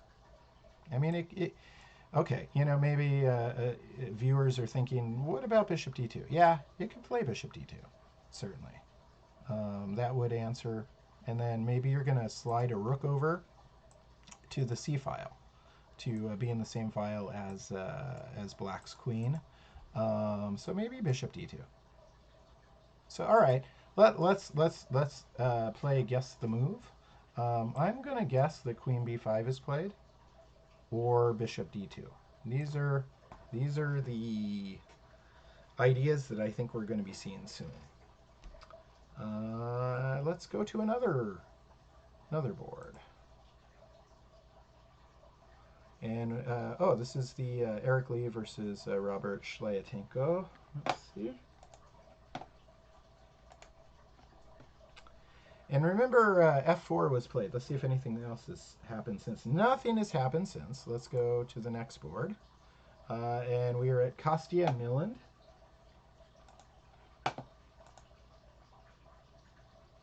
And some stuff has happened. Some stuff has happened. To be more precise, some chess has happened. Chess stuff.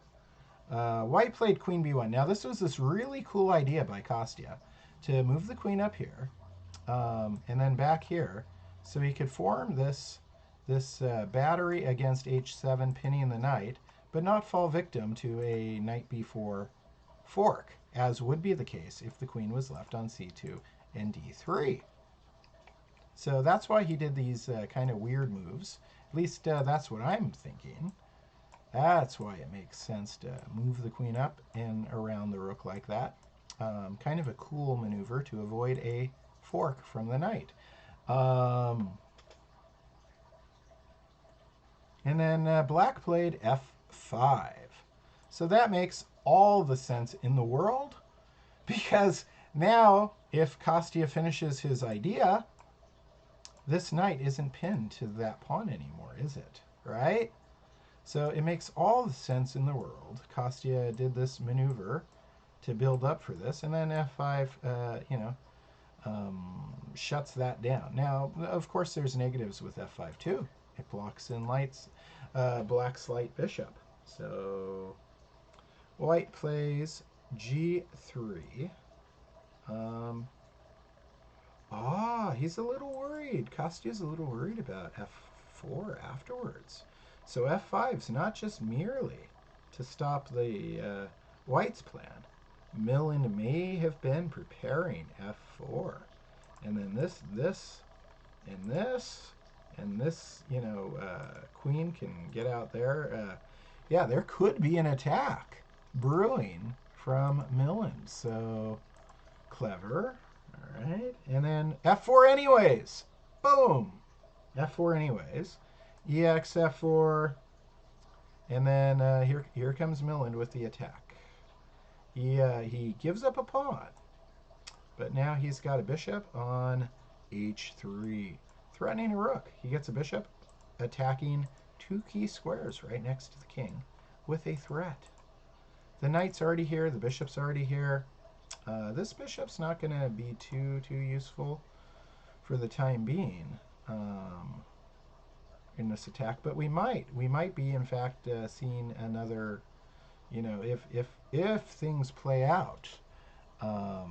There could even be a g5 to try and weaken the f4, and then the queen could maybe come out to g5 at some point. I'm seeing some attacking lines. Milland's going for the attack in this game. So this has taken a tactical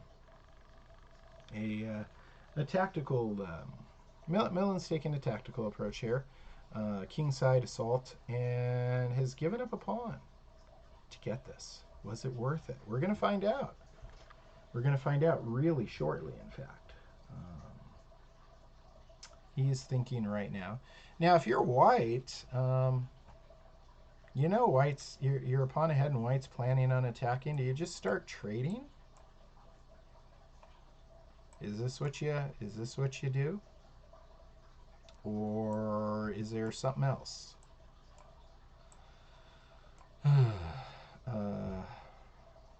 I mean, you could still go with your bishop d3. Now there's no, that's right, there's no pawn on f5, right? So, all right. So the question, there's like a big fork in the road for Kostya. I don't think you move the rook. I don't think you move the rook. Because I mean, you could play like rook fe1, but that's what Millen wants you to do. That's what Millen wants you to do.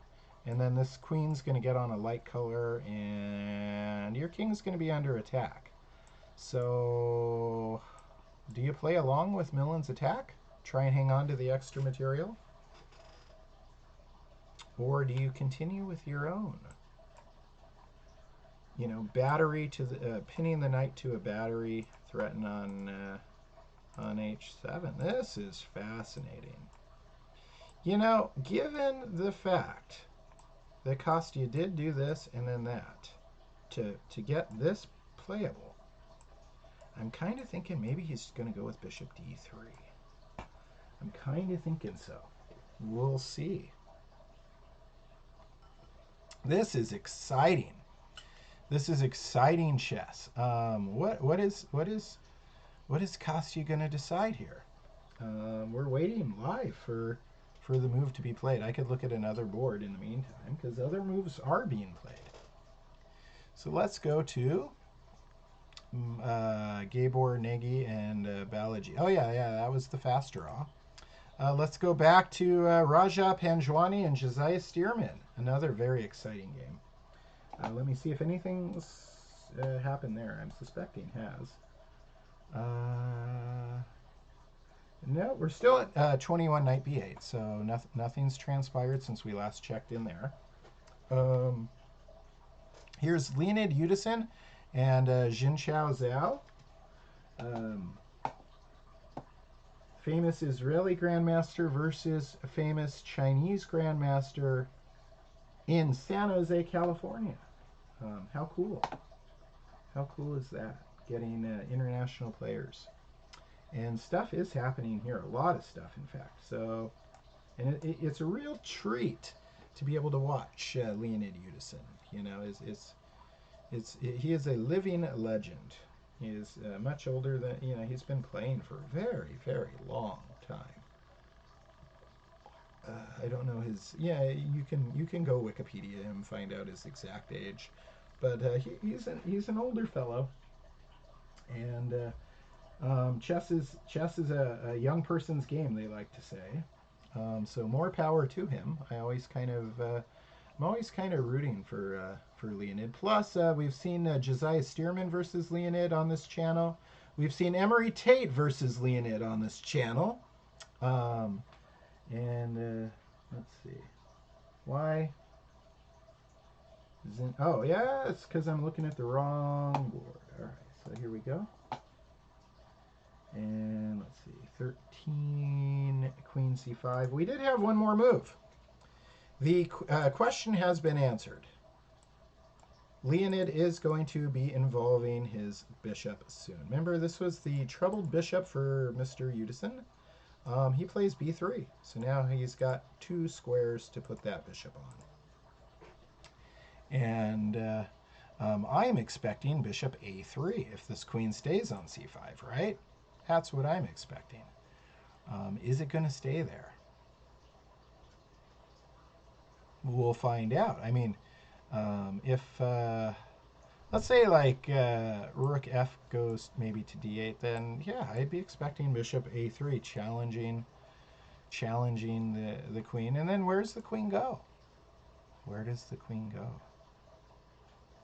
You could go to d4, but then you're trading queens and damaging your pawn structure.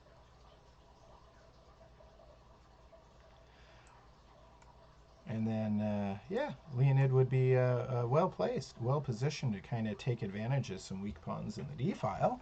His, you know, with the queen gone, he can just slide a rook over to target those things. So again, the line I was just kind of looking at, rook f to d8, because we're expecting the bishop a3, and so we're expecting some weak d pawns, maybe boom, boom, boom, right, and then boom. That's the line that maybe I'm expecting to see. But a lot of that, of course, depends on what Zhao Jinchao decides to play here. Nothing is being forced. Not yet. Bishop a3 is on the table, but it has not been played. Let us move to another board. By the way, if you're enjoying the stream, please say hi and also give us a follow. This is a new Twitch channel for Daily Chess Musings. My name is Chris Torres. I'm a correspondence chess master. I am the Cal Chess Journal editor, Cal Chess Scholastic coordinator. I am a lot of things. Long-time chess coach in the Bay Area, and this tournament is happening in the San Francisco Bay Area. In fact, it is the Mission 360 Bay Area Chess Grandmaster Norm Tournament that you are watching live. This is happening in San Jose, California.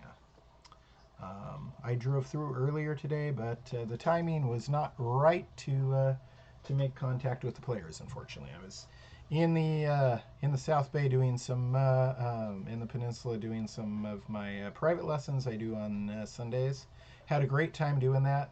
Hardly any traffic on the road, and I saw some fighter jets flying out of Moffett Field. How exciting and loud was that? I was on the 101 getting ready to switch 237, and I think they were F-18 Hornets. I want to say maybe 4 of them. It was not the Blue Angels. They were not blue and gold. No, this was not an air show. This was some training. If I wasn't driving, I would have gotten it on video, but you don't want to be screwing around with your phone if you're driving, right? We are chess players. We make good decisions about that, hopefully. All right, so we're looking at Eric Lee versus Robert Shlyatenko. I have some pilot friends, by the way.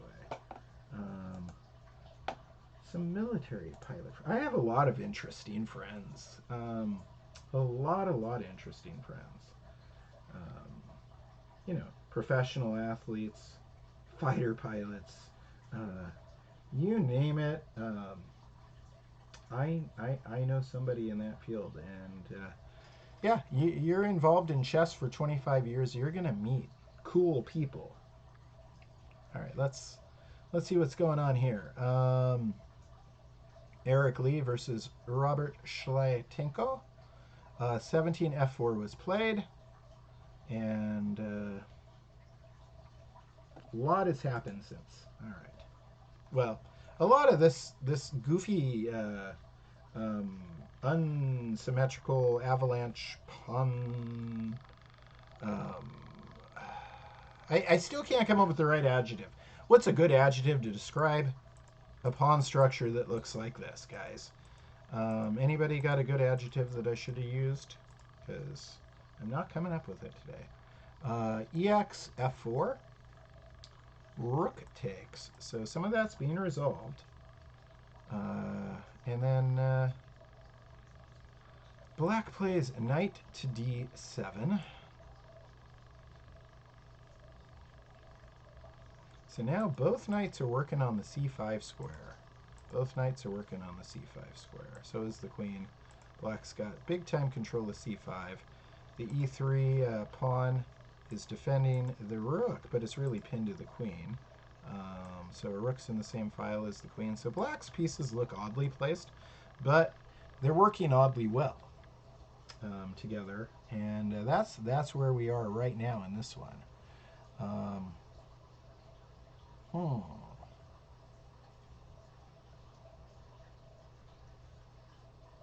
This rook moved to the b file not too long ago on move 16, but now, you know, I'm kind of tempted to move it again to the f file, but that's, you know, spending an extra tempo on that rook, right? I'm kind of tempted to, though, because it immediately targets f7. Interesting. Interesting to say the least. With the rook on f4, knight e4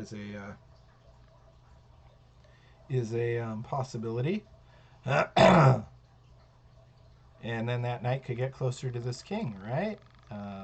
So it goes to e4, then maybe from e4 it goes to g3, and then maybe to h5, where it's targeting here, and then maybe this bishop changes down there. Some possibilities there. So the knight could, this knight could improve a lot right now if that's the way Eric Lee wants to go. In fact, knight e4 for the moment, would add a second attacker on d6 as well. So two good reasons to play knight e4, right? Two good reasons to play knight e4. Number one, it's getting the knight closer to the opponent's king. Knights are close range attackers. Number two, it's doing it while attacking d6 a second time. So if he does play knight e4, what does black play? That's tough.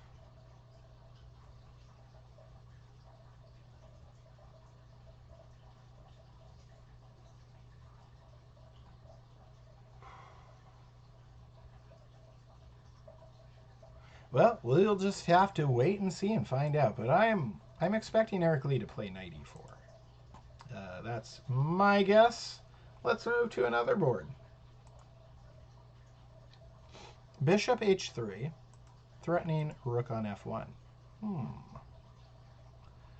Oh yeah. So was Kostya just, you know, he could give back, you know, he could lose the exchange or just ignore that threat to finish out this idea that he had, right? Remember, he moved the bishop or the queen up and around the rook so that he could build this battery and pin on h7 without having to worry about the knight b4 fork, right? That's why. So is he going to finish that idea? Let's find out. It's either that or move the rook or exchange down here. I mean, there's a lot of options. Three main options, as I see it, for Kostya, and there's reasons to play all three of them. And I just heard my phone vibrate, checking the stuff.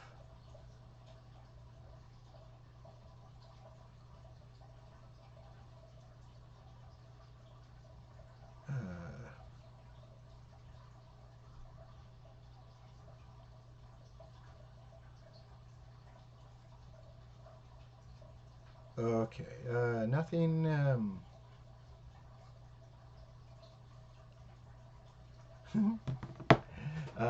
Just some funny business. Never mind that. Let's find out what's going on in Kostya Kavitsky versus Milind Meiti. Let's catch up. A lot of fans of both players. And like I said, both guys, they live pretty close to each other. We're talking like 15 minutes away. I mean, just down the 85 from each other. A couple exits down one freeway in Northern California. Talk about interesting. So 17 EXE4 and then bishop h3. And then, oh, good. So we have our decision. We have our decision. Hoop crap. I cannot play a game right now. I am doing the live broadcast. Very nice of you to offer. A lot of my students will send me challenges all the time on chess.com if I happen to be. So Kostya decides to move the rook. He decides so. And then I think I was suggesting that if he moved the rook, that then I was expecting Milind to put his queen on a light square. And let's see.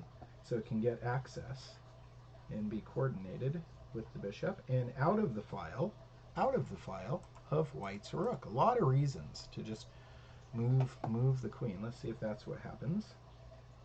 No, he goes right after the rook in its new home, bishop. So he used a bishop to attack the rook.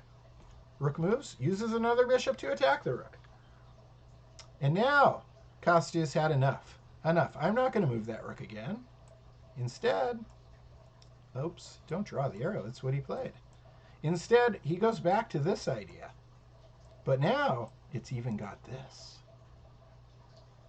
Wow, this is going to be exciting stuff.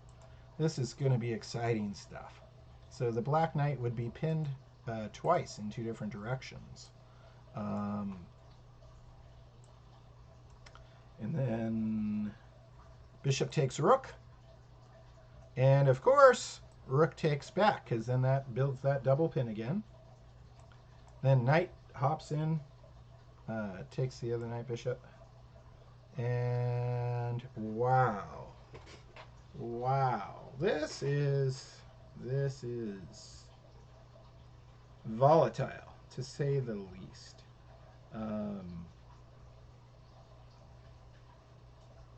So white's bishops are on adjacent diagonals, and they are perfectly positioned to get at those last two pawns in front of black's king, in front of Millen's king. The knight is not being held by anything right now, other than the threat of the back rank, because these two are stacked. The rook and queen, Millen's rook and queen, are stacked. So this knight is the second defender. So it could involve itself in the attack, but it would be very dangerous to do so. Oh my goodness. Can Millen play knight d2? Moving the pinned knight, because guess what? He's attacking this queen while this queen's under attack. But then Kostya could say Chekaruski, right? This could be fun. This could be fun. Are we going to see some fun stuff? All right, so yeah, I mean, moving the knight to the rook's, all right, the rook is pinning the knight to the queen, right? So that's pinned there. But black could say, well, I can move the knight and attack your queen. But then Kostya could say, well, I can say check. I can attack your king. That would be fun. That would be fun. But how would it go? Bishop takes. Hang on. Let me get my stuff straightened out here. Too many arrows for the moment. I was explaining the tactic. Now let's talk about possible moves. Now let's talk about possible moves. So we've got knight d2 as a possibility, and then bishop takes h7, Chekaruski. King needs to get out of check. No need to go to f8. Go to h8. There's more coverage there, right? And then rook takes e7.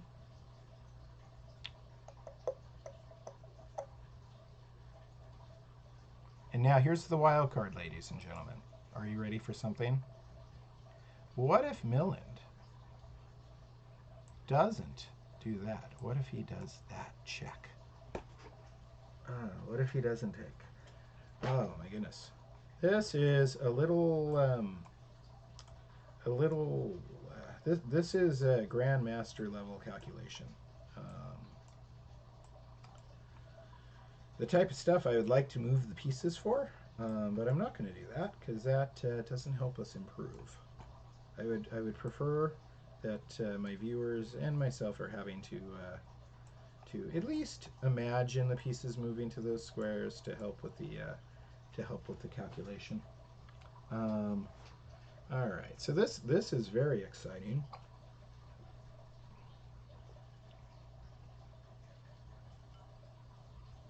Very, very exciting. And again, we are expecting Kevin Pan at some point soon to join the broadcast.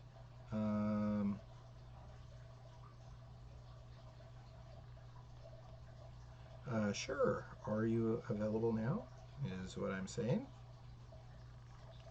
I would love to talk with Kevin.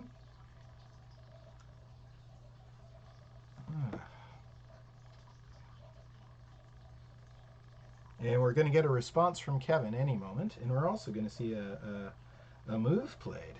Boy, he's joining at the perfect time. The perfect time. This is such an exciting position. Oh, he is ready now. So what I'm going to do, ladies and gentlemen, I'm going to take a quick commercial break. And then I will come back with FIDE Master Kevin Pan. All right. Let's run the ad. I will be running a free online chess club for everyone who wants to learn. To further this idea, I published a mission statement for Daily Chess Musings that reads, "All those who want to learn chess are welcome here." Our free weekly chess club begins with a live meeting Wednesday at 3 p.m. Pacific Time. Remember, you do not need to attend the weekly meetings when they are live to participate, and all students have an entire week to complete their suggested lessons. In this way, the Daily Chess Musings free weekly chess club is 100% flexible to your needs and schedule.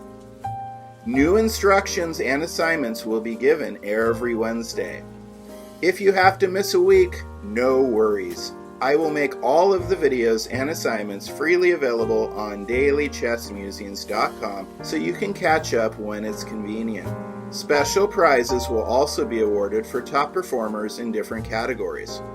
Plus, we will hold regular tournaments on Fridays and Saturdays, along with special events including scheduled matches between groups, simul's, group chess, and blitz games against me, Coach Chris. So what's the catch? There isn't one. I just want to give everybody the same opportunity to benefit from chess that I had as a child. For over 20 years, I have paved the way for the success of thousands of children regardless of their entry-level skill. By training with me, you will gain the valuable tools and skills needed to excel as a chess player. An extraordinary chess club experience with a top-tier instructor, the confidence and motivation necessary to surpass your chess goals and fast-track improvement.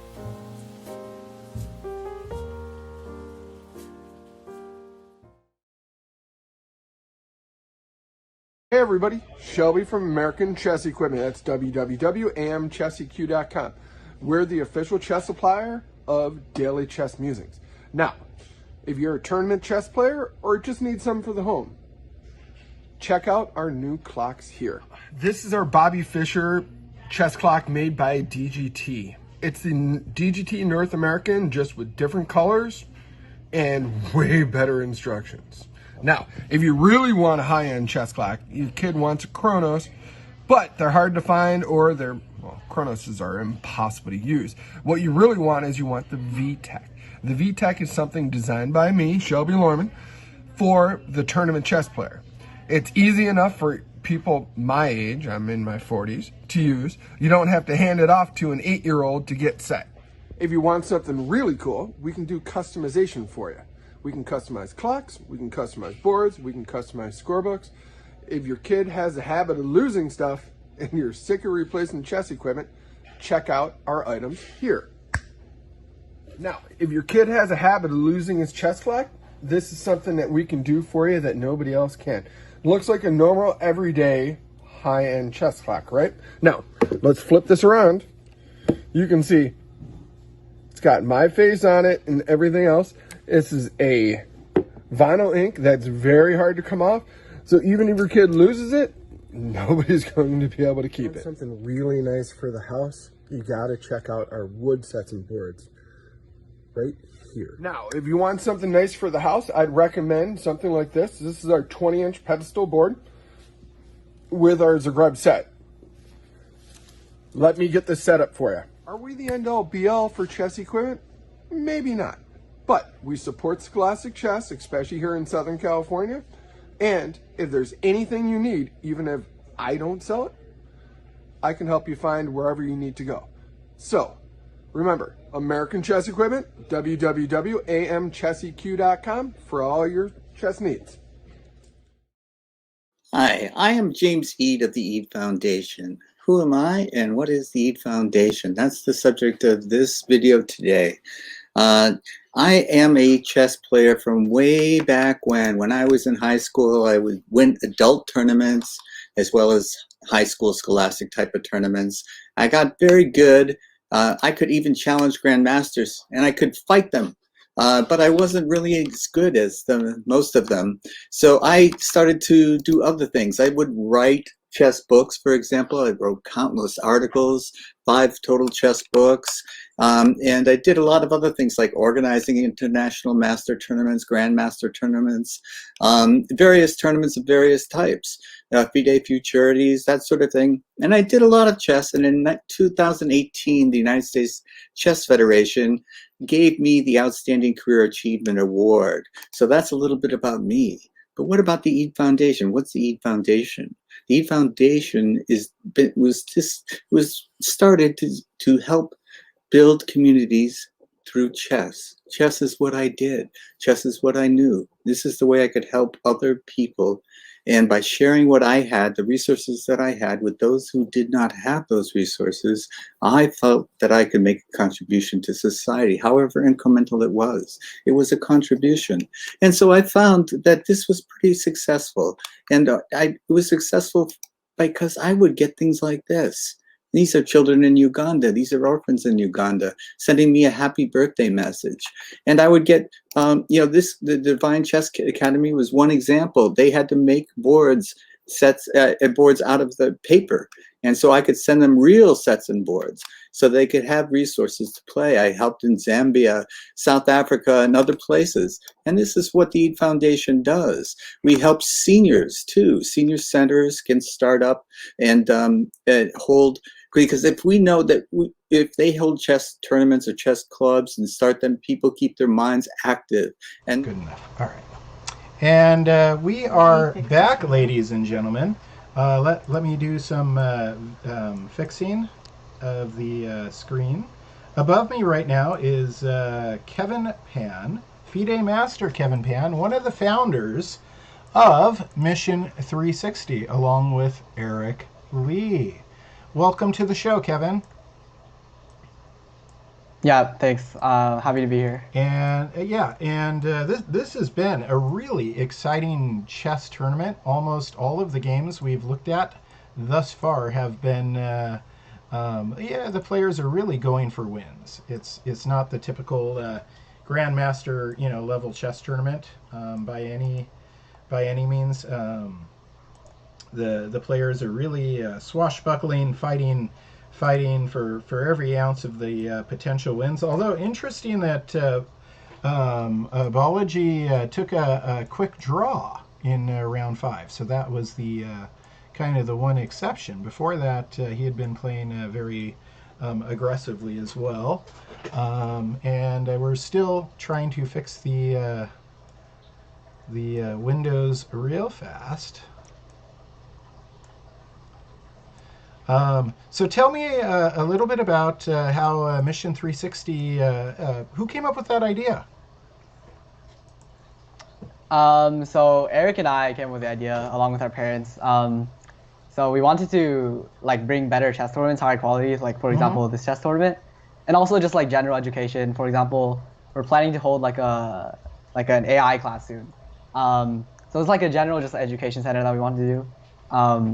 So yeah. Yeah, well, I mean, Grandmaster and International Master Norm tournaments are very infrequent in the United States because of the fact that we have so much surface area, and you have to have a certain number of foreign players, and it's just a lot more expensive, and to do that in a big surface area country than a country, say like Bulgaria or Romania or Hungary, where you got a lot of neighboring countries where people can travel, and it's even by car, not even have to get on a plane and be in a foreign country, and the norms are taken care of. So this must have taken a lot of effort for you guys to pull off.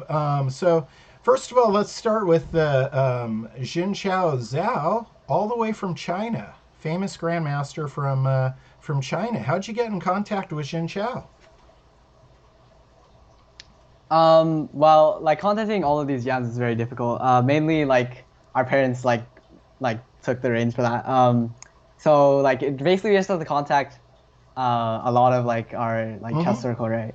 I think for these like norm tournaments, there's like a few select GMs that like play a lot of them, Yes. like foreign GMs. Like I think Jen Charles Zoe has probably played in Charlotte before, where they hold a lot Yes, of great he events has. there too. So just like contacting these same people, getting them to Yeah. come over and play is basically And then, like the of course, the other one that really pops out at me is Leonid Udison, living legend, basically. I mean, he's been playing top level chess for decades and decades. Everybody else in the tournament's much, much younger than he is. So that's a real treat to have him on board. But you had to do some special considerations for him for religious reasons. Did you want to talk about that real fast? Yeah, so that was pretty interesting. Well, I think there's a lot of GMs from Israel actually, so I think it's not like that uncommon in the chess world. But yeah, basically for religious reasons, he like cannot directly like notate during the game. So we had to go and find volunteers to actually like after he makes a move, just write down his move for him Yeah, and press the clock. lucky Yeah. volunteers if they got that job to be able to sit there next to a living legend and see the action up close, right? But interesting that the games were also not broadcast for him during the Sabbath as well. So that was an interesting part of the Jewish law that I was not familiar with. Like you said, with grandmasters from Israel, it's fairly common to have a person notating beside them from Friday evening through Saturday evening. But the broadcasting of the moves, that was a new one for me. So that was kind of interesting. I'm going to go ahead. Now, do you have the ability to look at the chess games on your computer as well? Cool. Yeah. Awesome. So let's get right back to the chess games because I know that's what the viewers want to see. And I'm going to go ahead and switch to the slideshow. So our heads disappear now, and you're seeing the viewers at home are seeing pictures of the players themselves. And last, we were looking at Milan, Métis, and Kostya. We had just seen 21 bishop takes d4, and things were really, really interesting. So if you go back a couple moves, Kostya was hoping to form that battery, with a queen on b1, a bishop on d3, pinning the knight to h7. But then Milan comes in, attacks the rook with the bishop. Rook goes to e1, then he attacks it again. And Kostya says, to heck with it. I'm going to go ahead with my plan. And so the knight after bishop d3, the knight was pinned to h7, but also the queen on d7. And then bishop takes e1, rook takes e1, knight takes d4, bishop takes d4. And now we reach this interesting position. And let me see what happened. 21. After 21, bishop takes d4. Milan did play knight d2. That was the move. That was the move we were hoping to see. Knight d2. So Milan's saying, okay, you were pinning my knight to the queen, but my knight can move and attack your queen. But Kostya has a check. Did he play the check? Let's find out. He did not. Are you surprised by that, Kevin, that he didn't play bishop takes h7 check first? So we were on move 22 for white. And Kostya played rook takes queen. Well, okay. After rook takes queen, you could, like, after the sequence knight takes f3, king h1, you can still play bishop takes h7 check there. So I'm assuming... it's true. I guess it's just easier, just like simplify the position first. You keep the option in mind. And also, Milan is a little low on time here, so it might be in his best interest. It's worth noting that knight takes b1 wouldn't be such a good idea for black, right? So, yeah. The knight takes b1 idea, then you've got rook takes g7 check, and black's going to lose. Because then if king goes to h8, that rook can move out of the way with a discovered check. And if king went to f8, what would happen? So knight takes b1, rook takes g7, check, king f8, and then what was I just thinking a moment ago? Are you following the calculations I'm describing, Kevin? Yeah, well, I think you can just take the knight on b1, just like pause the attack for a second, and I think white should definitely be better here. Yeah, just not pause the attack, take the material. So knight takes b1 would be a big time losing move, and so Milland, of course, sees that and plays knight takes f1 check. So king needs to move and only has one option, king h1, because the bishop's taking f1. And then rook takes, and that's where we're at now. And so right now you would be expecting bishop takes h7 from Kostya, correct, Kevin? Well, Kostya has to be very careful here because bishop takes h7. There's this move rook e1 check, which is just wins the game on the spot. So if you're playing bishop takes f7, king h8, you're kind of like limiting the options you have because then you have to worry about losing the h7 bishop. So here, yeah, it's definitely not easy to defend here. Let's see.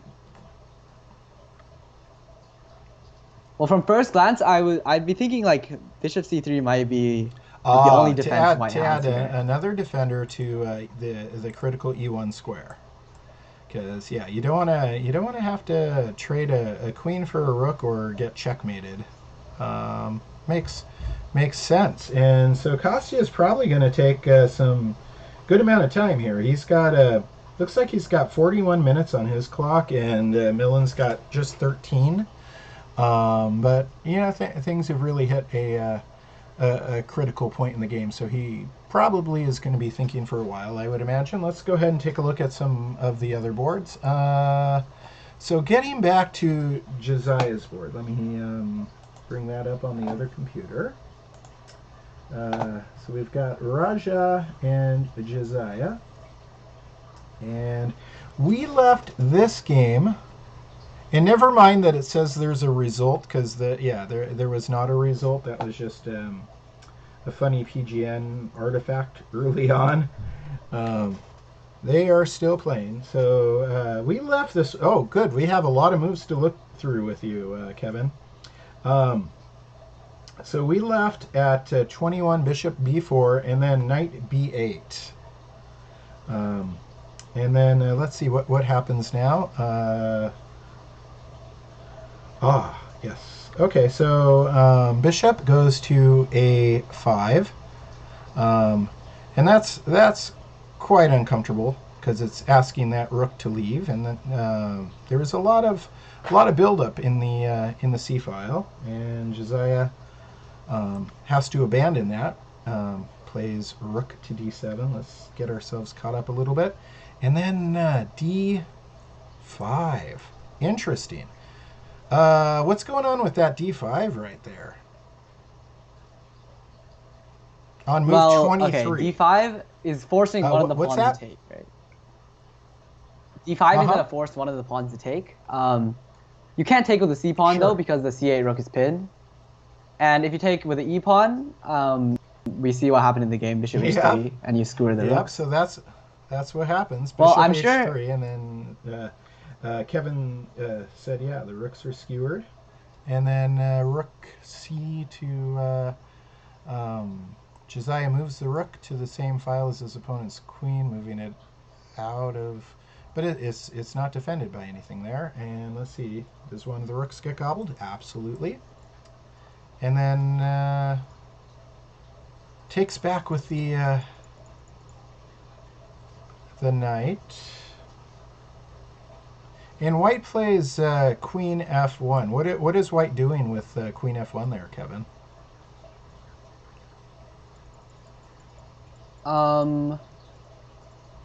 So queen f1, you just traded the g2 bishop, right? You're getting rid of your right leg square bishop. Okay. Might as well replace it with the queen.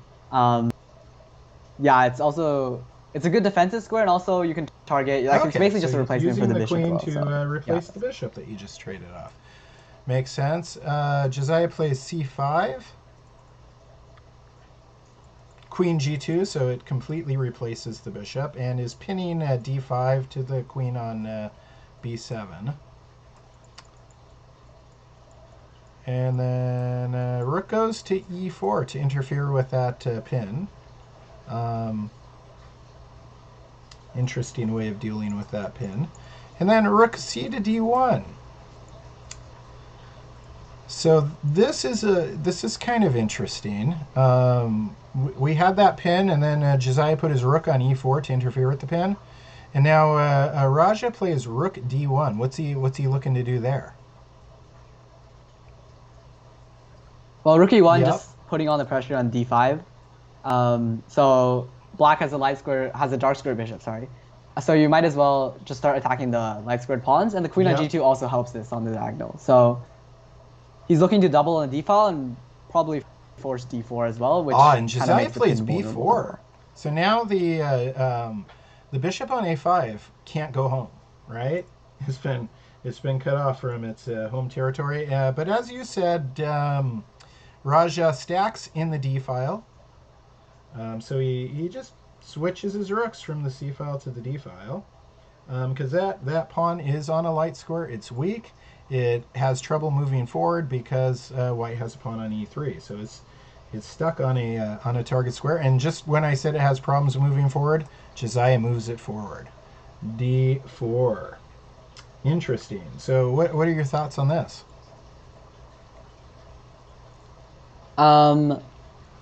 So if you don't move the pawn forward, you're going to lose it because, for example, if you move the rook back to e5, now the queen is open, so rook d5 wins the pawn.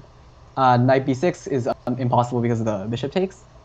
So he's forced to move the pawn forward, which is not the end of the world for him because although the pin looks deadly, he can defend. So like what happened in the game, take, and then rook e2.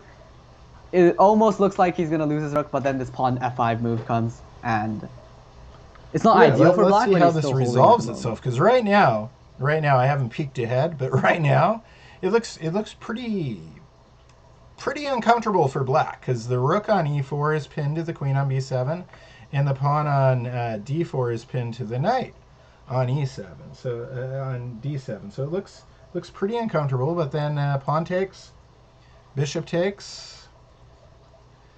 And then rook goes to e2. Black can't take that rook because the queen.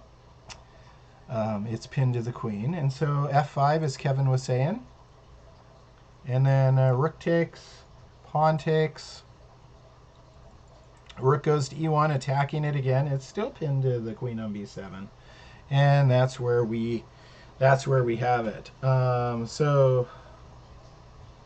You know what's interesting about this position is if you just look at the rook and the queen. Oh, and there was just a move, knight f6. If you just look at white's rook and queen and black's, queen and the pawn on e4, it seems like you would prefer to be white. But then there's this problem with this bishop on a5, right? And so this is interesting. This is an interesting position. What do you expect to see happen next?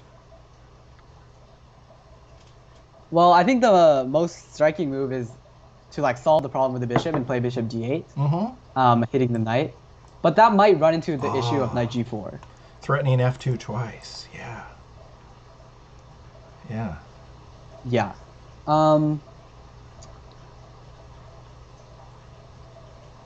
But I think it's still fine. Perhaps maybe bishop d8, knight g4, and rook e2. So white's holding everything together, and also e4 could be a little weak sooner or later. But the key point is that you're solving the issue of your bishop not doing anything. Yeah, that would be exciting. Yeah. I would like to see that happen.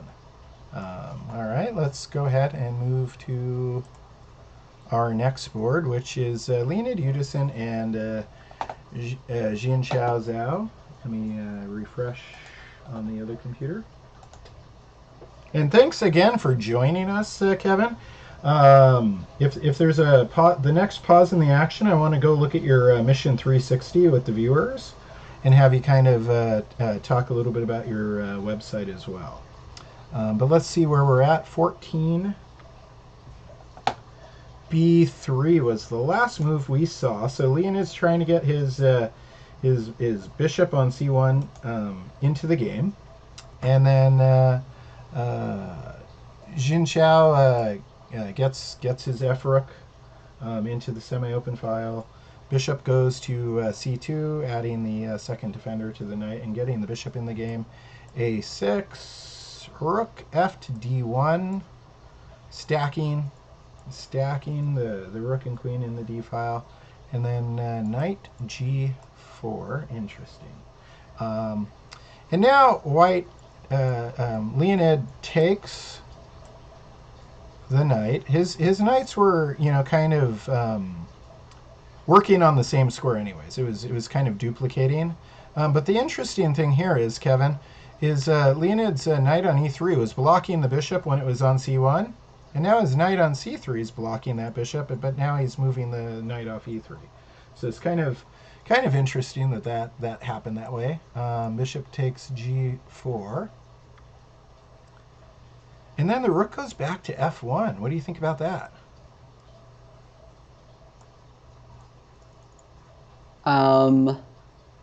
So let's say you want to move the rook forward, right? Rook d2, you're running into bishop g5. And your rook's actually like trapped here, so. But I mean, it just moved to d1 on like move 16, right? And then from f1, and then it moves back to f1 on move 18. Yeah, it seems a little unnatural. I would probably, on first instinct, go rook e1 instead, but maybe he's worried about the the f2 square, and like maybe a future plan is f4 actually if he wants to be aggressive. So f4 could really potentially activate the bishop on b2 if there's an exchange between e5 and f4, and then his rook's active too. Let's see. Then the bishop goes back to black's bishop goes back to e6. Was it already on e6? Yeah, it was. So a little bit of shuffling back and forth, but with purpose. And then white plays h3. Is that just to create a luft for the king, or is there something more going on there? Is he going to play king h2 so he can play f4? Is that what he's thinking? Yeah, that's a possible idea. The issue with like f4 and king h2 is that I'm thinking like the d6 f4 diagonal like will be a little bit weak if you like go too early, so you need to prepare that definitely. Okay, well we'll see. Yeah, we'll see if that happens. And then bishop goes to d8. What's Jin Chao doing there? Yeah, so this bishop d8 move I really like. So I think he's going bishop d8 and then trying to go bishop a5. So it looks like your knight's safe on c3, but then not suddenly bishop d8, bishop a5. I like these kind of geometric moves where you zig a bishop backwards and then back out. And yeah, that would add the third attacker. That is very nice to see. I like it's just very aesthetically pleasing. And then let's see. So bishop goes to d8, and now Leonid plays rook f to c1. So on move 16 he played rook f to d1. On move 18 he played rook d1 to f1, and now on move 20 he plays rook f1 to c1. So it's like every other move he's moving the rook back and forth. What do you think about that? Well, ideally you don't want to move the same piece twice, right? That's what you tell like beginners. But he's a GM, we can't really question him. But most of the moves I think are driven out of necessity, right? Bishop g4, okay, he has to move his rook. After bishop d8, there's not really a better way to defend c2. Yeah, because as we said before, this bishop d8, bishop a5 move is going to threaten to take on c2, so you have to defend it. Okay, so we'll wait to see. We're expecting bishop a5 still, right? Is that even now that the rook's played c1, or do you think there's going to be a move in between? Or could black just like offer a draw without offering a draw by playing bishop g5 and attacking the rook? Is that like a sort of a grandmaster draw offer? And then maybe Leonid moves his rook back to f1, and then he puts his bishop back on d8. Okay. Yeah, he could. Would you consider that a draw offer if you were like Leonid and saw bishop g5? Yeah, because bishop g5, it doesn't really accomplish much other than like taking the rook away, right? So. Okay, so yeah, we're expecting maybe like bishop a5 if black wants to continue trying to win this game, and bishop g5 if he's content with a draw, would you say? Okay, let's move to Robert Shlyatenko versus Eric Lee. And am I getting his last name right? Shlyatenko? I wouldn't know. you just plan the tournament. You don't pronounce the names, huh? Okay, makes sense. Let's see. Move 18, knight d7 was where we left. And where's Robert from, by the way? Okay. I think he's from SoCal. I wasn't sure. I know where all the other players are from. I did not know where he was from, and I should have maybe researched that at some point. But I think you're right. I think SoCal makes... All right, so we saw 18, knight d7, and then knight f3, and then knight a to c5 is what we were expecting. And then the knight, white's knight is making its way up to d4, and now black's knight makes its way up to e5. Knight goes to f5. I think at one point I was speculating that it could end up on f5 or h5. And then knight g6, threatening the rook. Rook goes back to f1, all the way back to f1. Were there other options there? What about rook g4? I mean, rook going all the way back to rook f1 after knight attacks.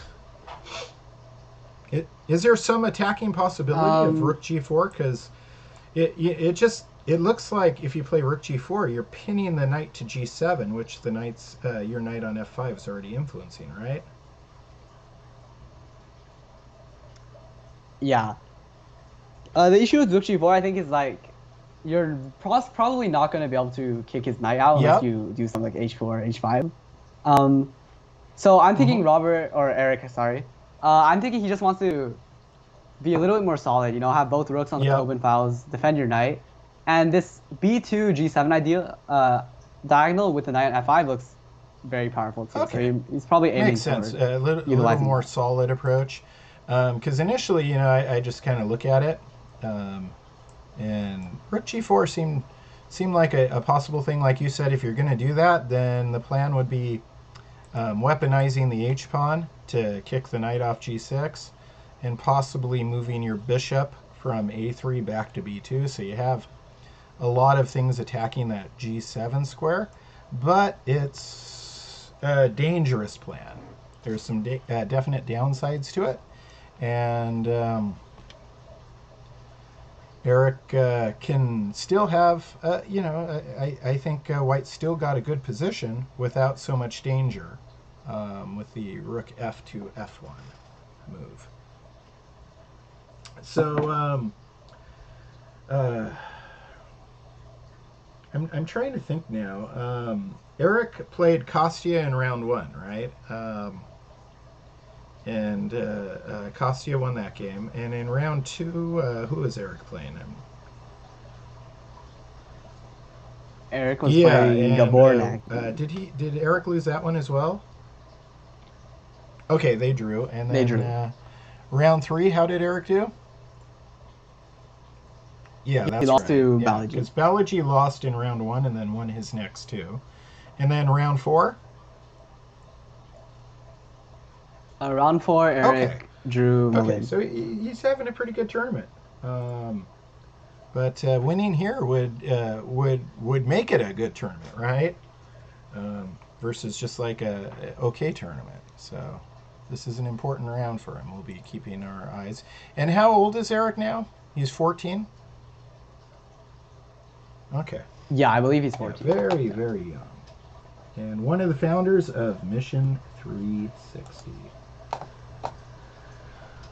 We are looking at Milland, Métis, and Kostya. Let's get back there. Last we saw it was a very exciting exciting position. We had 23, rook takes e7. And then bishop takes h7 was played. So bishop takes h7, check. King h8. Bishop goes back to f5, threatening the bishop. That dangerous bishop on h3. And then here it is. Rook e1. Queen takes e1. Knight takes. Bishop takes. So things are evening out, but it was a very chaotic path toward that. And then bishop g4. Rook e4. Threatening the bishop on the 4th rank. Bishop goes back to c3. And then d4. Milland's pushing forward. Bishop d2. And okay, so here we are. We are caught up. What are your thoughts now, Kevin?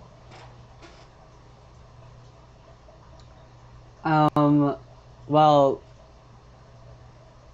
you would probably take black here.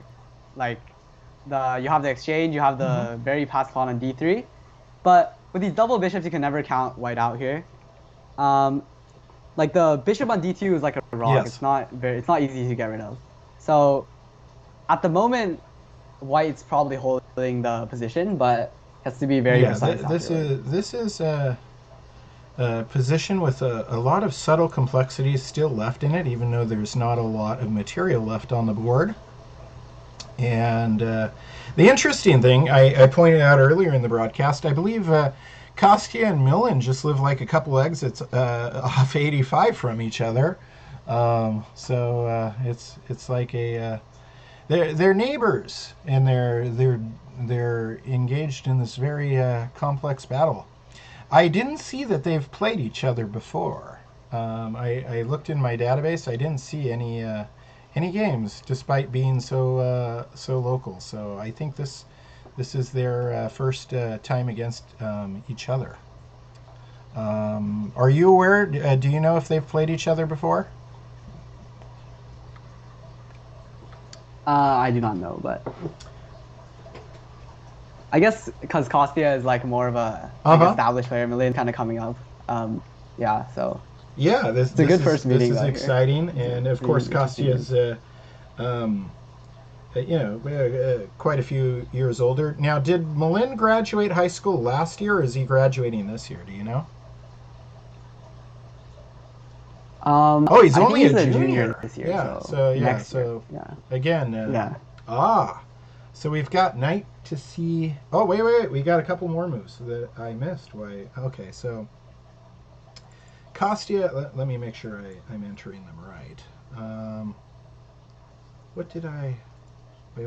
All right, so the pawn moved forward, attack the bishop, and then the pawn moves forward again after the bishop moves. Then king g1 on 31, and then knight c2. So these guys are playing a little. Oh, you know why they're playing a lot faster? Is because Milland's down to 3:16 on his clock. If that clock is accurate, and we have no reason to think otherwise, then so knight c2 and then king f1. Now, can Milland get more time on his clock when he reaches move 40? Is that in the time control, or? No, I think the time control is just 90 minutes and 30-second increment. So yeah, at least he has increment to play off, but it definitely won't be easy. So we're going to keep it right here. Kostya seems to be having a defensible position, and he's got 30. Kostya has 37 minutes, and Milland has 2:27 and counting down. So we're expecting a move from Milland any time. There is a 30-second increment. Kevin was informing us, and There seems to be a longer pause here, so maybe he's going to just play using, the increment, taking his time to think, and then making the move, getting the 30 seconds back. Or maybe he's going to offer a draw. We'll find out in a moment, because it's 1:45 now for Milland. I don't have the clock on the screen, so just letting the people that may be watching the broadcast know what the clock situation is. 1:33 for Milland. The clock is ticking. Under a minute and a half. And Milland does not offer a draw, or if he did, it was not accepted. He plays knight d4. Circling the knight back around. Kostia's got 37 minutes. What do you think here? Maybe just bishop e3 is super solid for white? Yeah, that's what I was looking at. Bishop e3. Then like bring the king over, king e1, king d2. See, for the viewers at home, bishop e3 would block off Milland's rook. And the pawn and the bishop are self-sustaining. Then the king could get in the way of the pawn to blockade it instead of the bishop, and Kostia should be fine. But it's still, like I said, he plays h4. He does not play bishop e3. Interesting. Still, it's a possibility. h4 was played. Milland has 1:47 on his clock. Kostia has 36:53. The clocks, I'm just letting you know because they are not shown on the broadcast right now, and time is an issue for Milland. Milland is still a junior in high school. He's had a very storied career ever since I first met him kindergarten year at Collins Elementary School. King G8, played by Milland.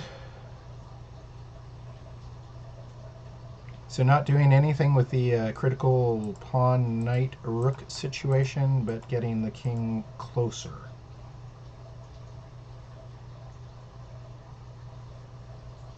Kostia's got 36 minutes.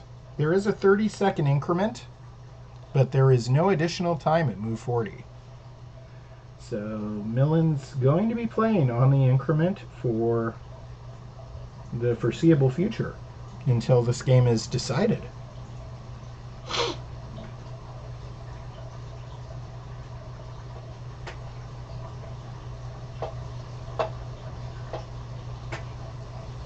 So you guys have a couple other tournaments coming up, right, Kevin? Yes, we have another 2 Norm events coming up actually. Wow, so, that is crazy awesome and crazy busy, right? But I mean that's just crazy awesome because we haven't had very many Norm tournaments in the Bay Area. I mean and when we do, maybe you have like a one a year, right? If you're lucky, and all of a sudden you guys are just putting a couple a month. That's amazing. Now, is your next Norm tournament, is that going to be a FIDE hybrid, or is that going to be another one where you're having to arrange for foreign grandmasters to come? Yeah, April 1st to 5th is going to be another like in-person Norm event. Are we going to see some of the familiar faces we're seeing in this one?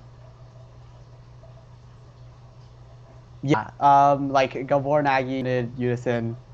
A lot of the foreign players are still like the same ones. And are they going to be flying back in between, or just hanging out in NorCal for a while? Do you know? Well, I would assume they'd be staying because it's like coming up in a week, so wouldn't really make sense. So. All right, and is Jin Chao staying as well?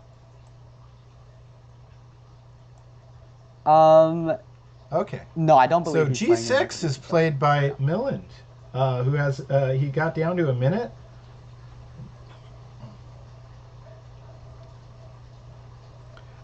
Can White's bishop take that?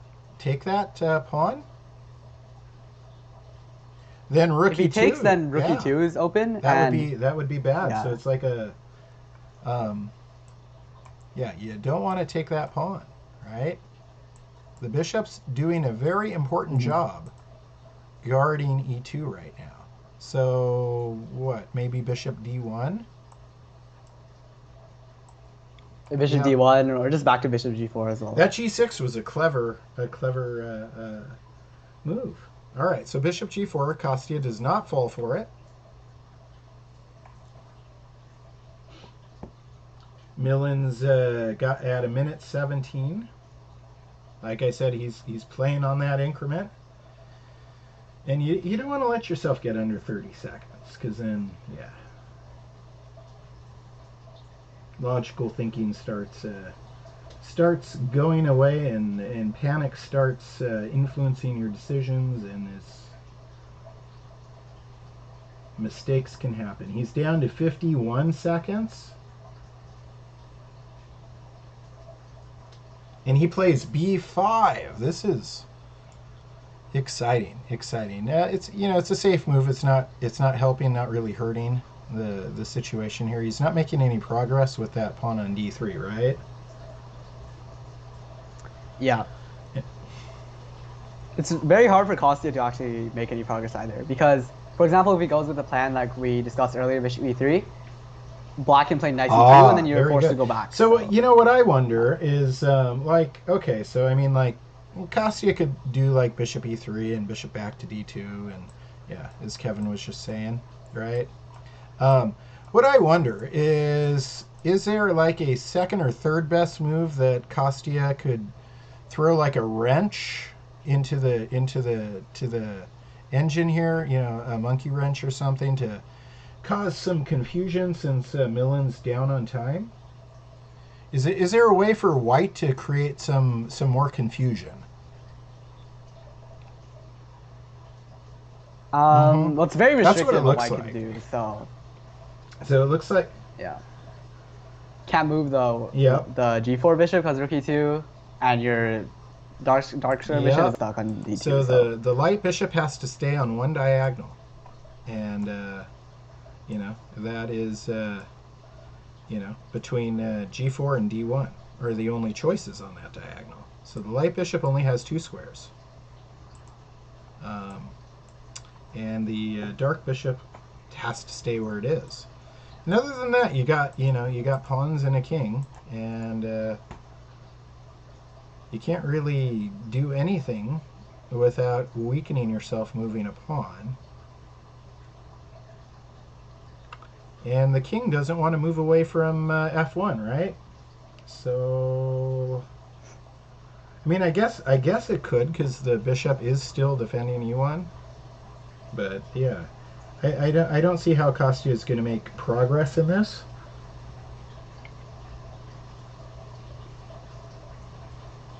And yeah, I agree. Millen is kind of the one playing for the win, but with a lot less time. And unfortunately, his pawn is just stuck on d3.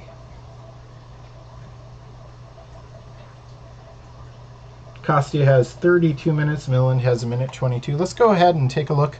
You know what? Let's take a look at the Gabor Nagy game versus the Balaji Dagupati game, and I just thought that was kind of strange, because Balaji had been playing very swashbuckling, hard-fought games.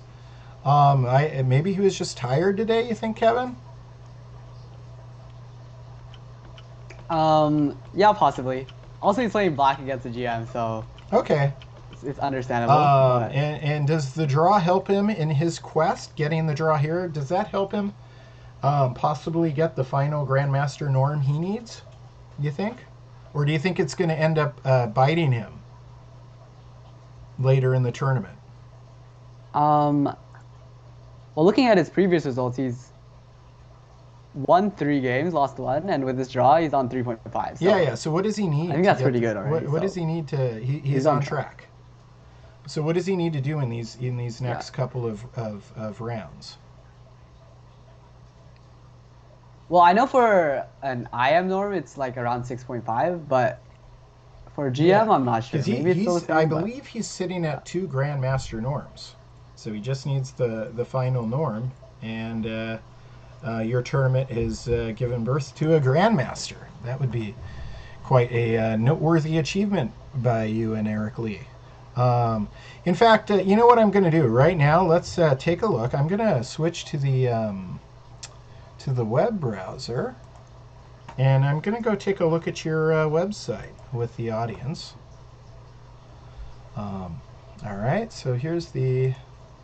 Nope, that's my website. Silly Chris. All right, let's click on over.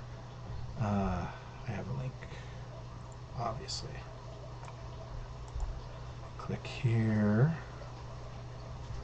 And Mission 360. Let's take a look. So you're listing the Invitational GMIM Norm event March 25th through 29th. And then now you were saying there were oh, and here's some beautiful photos. Is your mom taking these photos, Kevin? Yeah. They were taken like 2 days ago Yeah. at the starting round, so I Nice. was also there helping set up. And there's all the information on the tournament. And again, this was a expensive and hard undertaking, right? Because now there's a donate button on the bottom. I want to recommend that anybody watching this, if you want to support, now Grandmaster tournaments in the United States have been far and few between. You know, these kind of norm opportunities. And what we're seeing from Kevin and Eric with Mission 360 is extraordinary. That we have this kind of quality events happening so frequently. So get involved, join the mailing list, and make a donation, whatever you can afford to do. Because, for example, you know, when you're bringing in Grandmasters, unless, you know, we don't need to get in specifics, because, yeah, that probably wouldn't be appropriate. But it's expensive to get a Grandmaster from China to come to Northern California for a week, right, Kevin? Yeah, I mean, there's a lot of extra expenses involved in that, and it's something you have to do if you're running tournaments like this. Let's go ahead and look at so the events show... Yeah, if you look at the events page, there's our upcoming like norm events and My hybrids. goodness, look how busy of a schedule this is. This is crazy busy. Of course, I'm excited because it means I have more fun watching games and getting to talk to you and James Ead and all these other David Pruess, right? All these guys. It's fun. And it's collaborative too, right? You're working with Bay Area Chess and Cal Chess. It takes a collaboration to pull these things off, right, Kevin? Yeah. Yeah, definitely. So, Kevin, what year are you in high school now?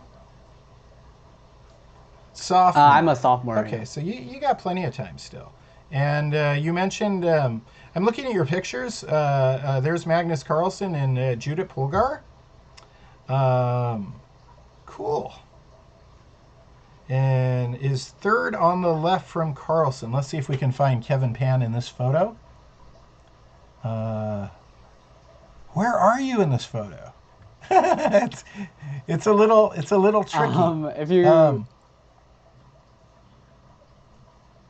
I think it should be third from the right from Carlsen. Yeah, in the blue blazer. You're looking sharp, and you're not wearing the mask, right? You're the guy in the blue blazer holding the mask in your hands there. Yeah. That's a sharp blazer. And it looks like the other guys are wearing the same thing. Did you guys get matching suits? Yeah. Yeah. Mm-hmm. We were representing the school. So, nice. Yeah, and who are your friends in the matching suits?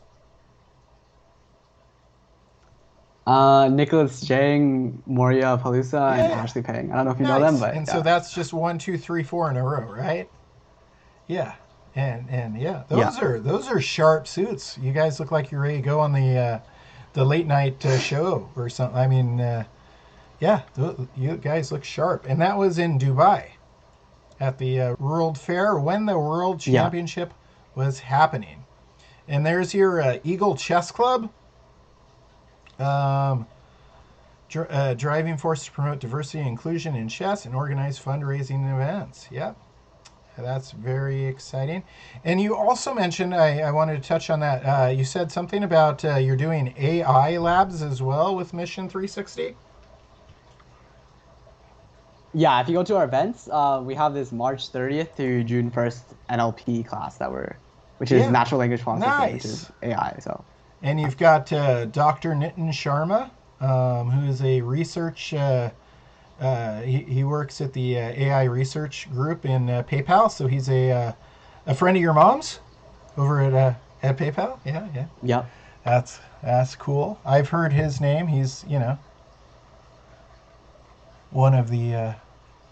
I've seen his name on papers and things. So that's really cool. That's awesome. And is that also happening in San Jose? Or that's going to be on Zoom. It's actually It a says Zoom Zoom. class. Yeah.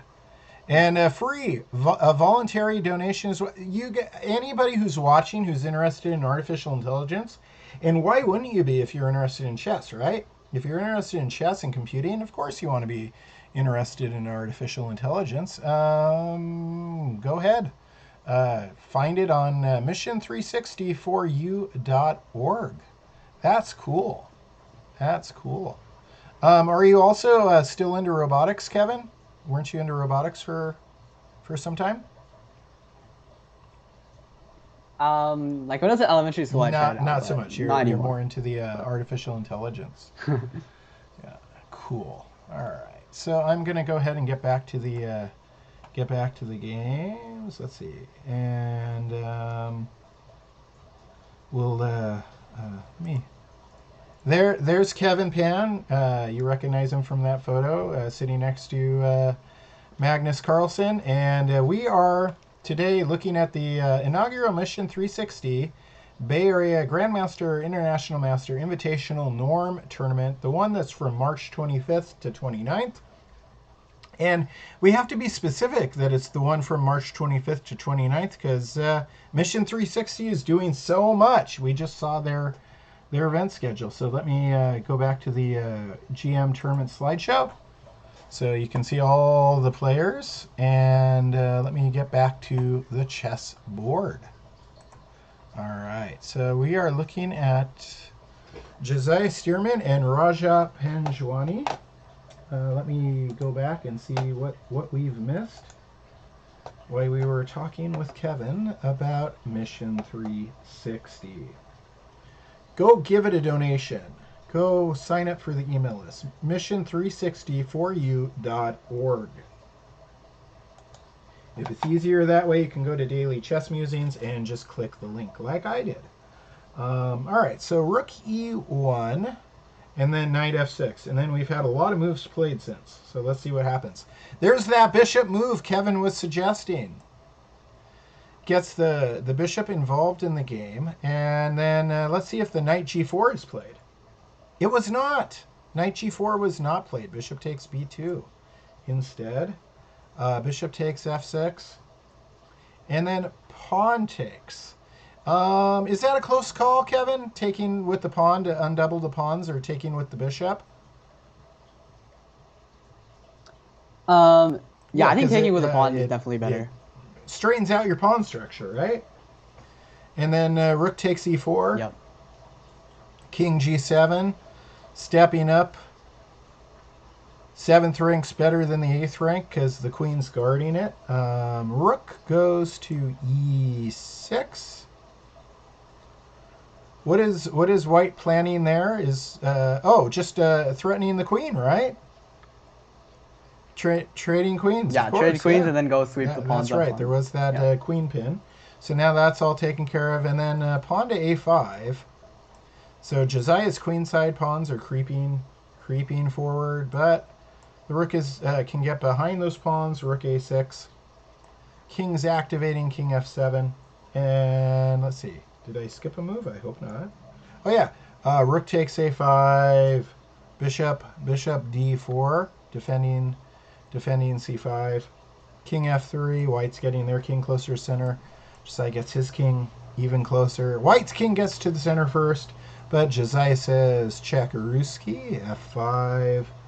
King goes to d3. Bishop takes f2. And that's where we have it.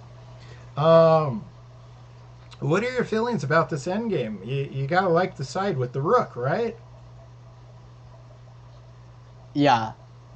White has definitely all the winning chances here, but it won't be easy to convert because the c4, c5, b4 pawns are dark squares, so Yes. the bishop will always defend them. White's probably looking to play like king c4, king d5, and maybe target the king side pawns instead because it won't be, you're not going to be able to break on the queen side. Yeah, so. White definitely has the advantage, but you know, with the rook versus bishop, but I don't see how they get a win. But you know, I've seen some really clever chess played in your events. I remember a while back we were watching the FIDE hybrid one you guys did, and Jim and I were having like the same feeling about one of Christopher Yu's end games, and then all of a sudden he finds one way to make it happen. Let's see. So the rook goes to a6 check, and then king goes to f7. So would you say, you know, how is organizing a norm tournament in person like and different from the tournaments you've organized that are FIDE hybrids? What are the different challenges for both, for people that might be thinking? Well, in person, like, definitely you have to manage like like transportation, you know, like getting like sufficient like accommodations, like for example hotels to the players. But like other than like the outside of chess stuff, it's definitely better to not have to like deal with like Zoom issues. Yeah, or that was Wi-Fi, you know. in the one event. There actually had to be a round restart, right? And that would be something you'd never have to do in a live in person. So there's positives, pluses and minuses for both, just like chess moves. And just to let you guys know the time situation, white has 15 minutes, black has 14:12. And there is a 30-second increment. All right, let's move to another board. 20 rook fc1 in this is the Leonid Yudison versus Jin Zhao, Israel versus China match taking place in San Jose. Let's see what's going on. San Jose, California, that is, because there's San Jose in Costa Rica, San Jose, I think, in Mexico. Yeah, we're talking San Jose, California, right in the thick of Silicon Valley. Move 20, rook fc1.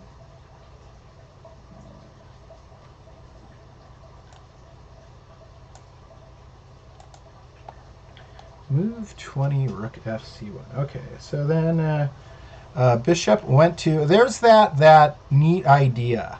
Remember the moving the bishop back to move it out to a5 to add more, a third attacker on c3. Then so Leonid's knight had to move. And remember, Leonid moved his rook back and forth, but as Kevin said, he had to move it back to c1 when Xin Xiao played bishop d8. Whoops. And then b5. Wow. Opening things up over there. And opening things up favors black because his pieces have more scope over there, right? They're freer to do stuff. They have lines. Versus Leonid's pieces are a little disorganized, right, Kevin? Yeah, generally when you have the bishops, you want open positions, and like black also has better rooks, so that also just makes it like more of an incentive. And then knight goes to e3, and then bishop goes to b6. So he's telling that knight it's not moving anywhere, right, Kevin? And then rook Yeah. c to d1. So there goes that every other move. Leonid was a little late this time, but almost every other move, that rook's been moving from f1 to c1 to f1 to d1 to f1 to c1 back to d1, and then queen c6. What is Jin Chao doing there?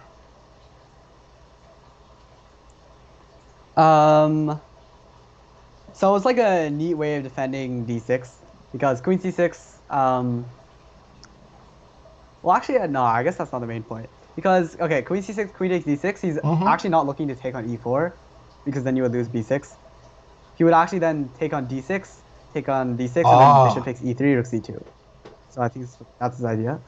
But other than that, just queen c6 just opens up the bishop, puts pressure on e4. So it's just like a improving move. For the and queen. then Leonid plays rook d to e2. Is he planning on playing rook a to d1?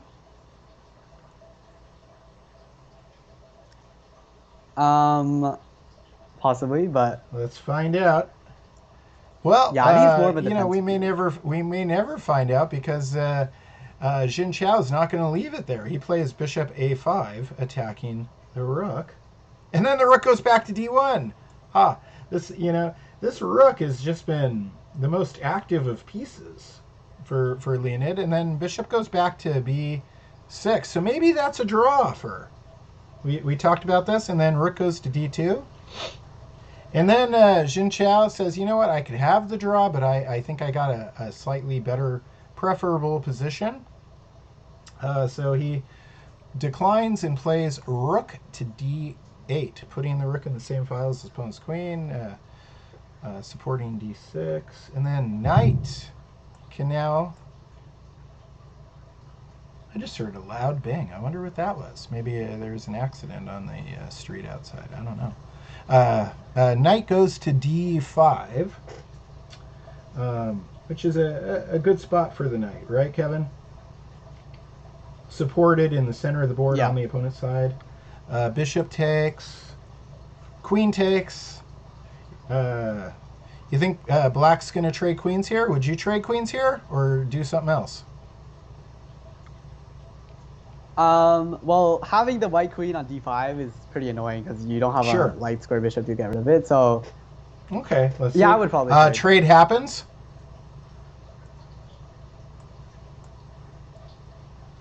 And then b4. Because the rook, when the rook is on d5, it's threatening b5, right?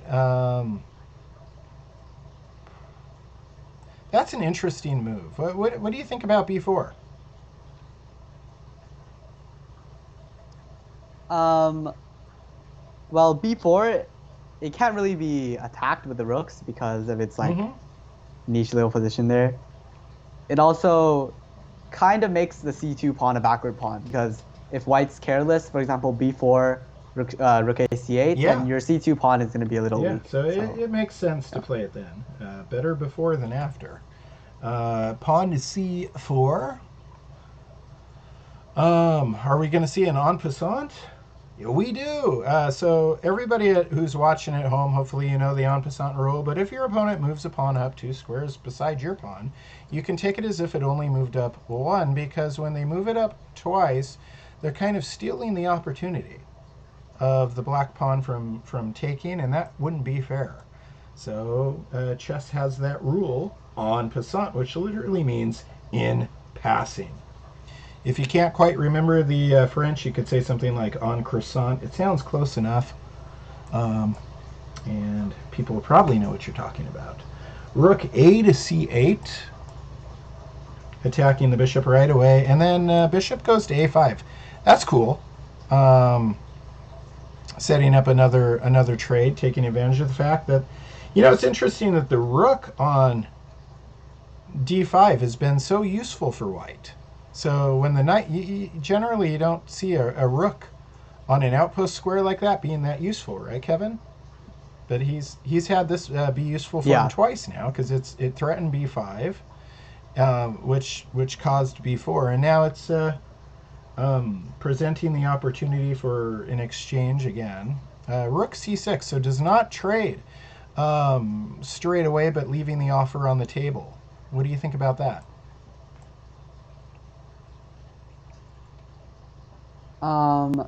Well, you want to play rook c6 anyway, because now the tides have kind of turned. Black's on the defense now.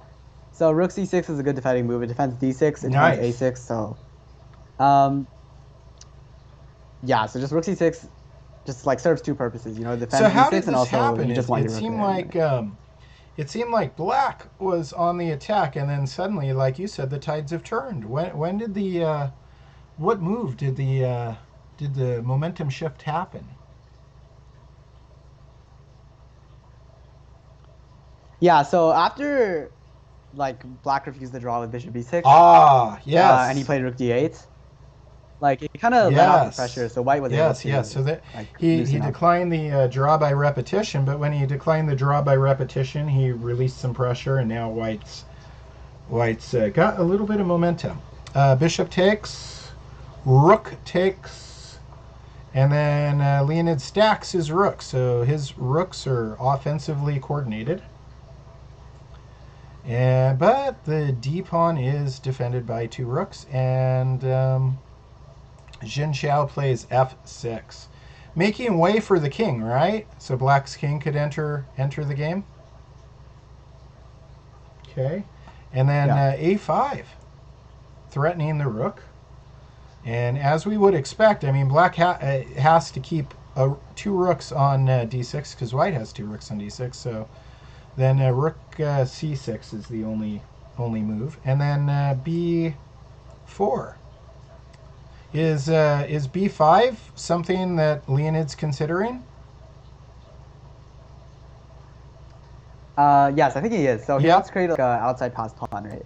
That's like the only way you have any winning chances. So yeah, b5 and then will accomplish that. a5 would be an outside pass pawn. Okay, and then king f8. I'm sorry, king f7, which is the reason behind f6, so the king can get closer. And here's the creation. 2 minus 1 equals 1 outside passed pawn. a6 takes b5, rook takes b5. Black's king's rushing to the middle of the board to get over there to potentially help with the outside passed pawn, either directly or just by supporting the d6 pawn to free up a rook to do it, which is the more likely scenario. White plays h4. And h4 is played to stop g5, stop things from happening on that side of the board. Kevin?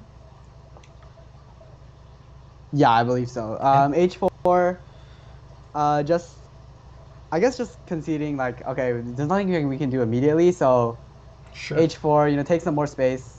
Like H4, maybe G3, King G2, King F3.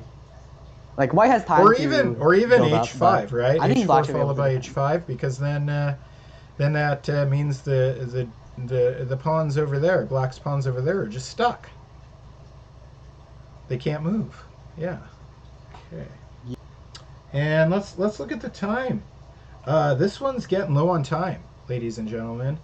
White's got Leonid Udison's got 4 minutes 49 seconds, and Jin Xiao Zhao has 8 minutes 22 seconds, and they both get a 30-second increment. So we're expecting to see some action here.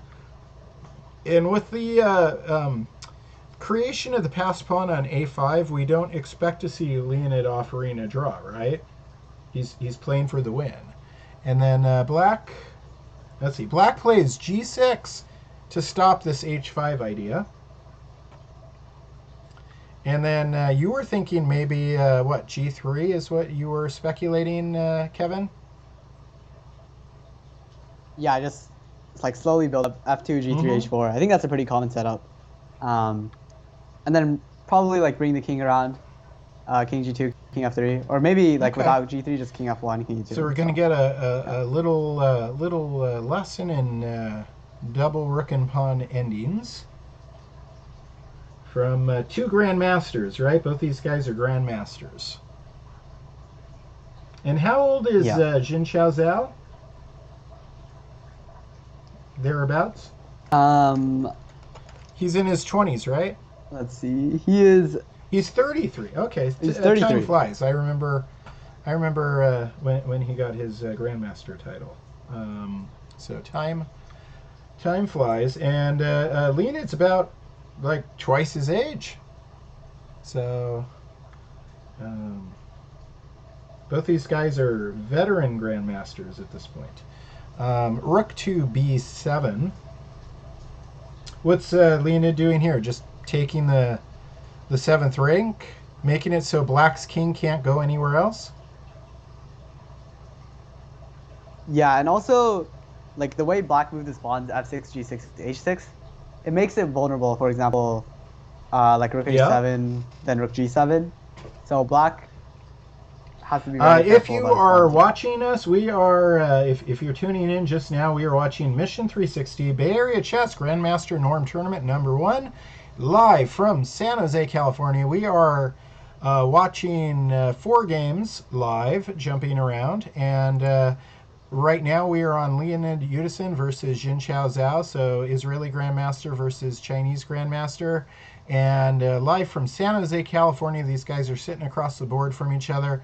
And on the stream with me right now is FIDE Master Kevin Pan, one of the organizers of this tournament. And Kevin, you are 16 years old, right? Yeah, just 16 years Yes. old, FIDE Master, and organizing Grandmaster Norm Tournament. Find out more about these guys and figure out how you can help out by going to mission360foru.org. That's mission360foru.org. Or if you prefer, you can go to the Daily Chess Musings website and click the link, dailychessmusings.com. Click the link, get on over to Mission 360 and give them a donation.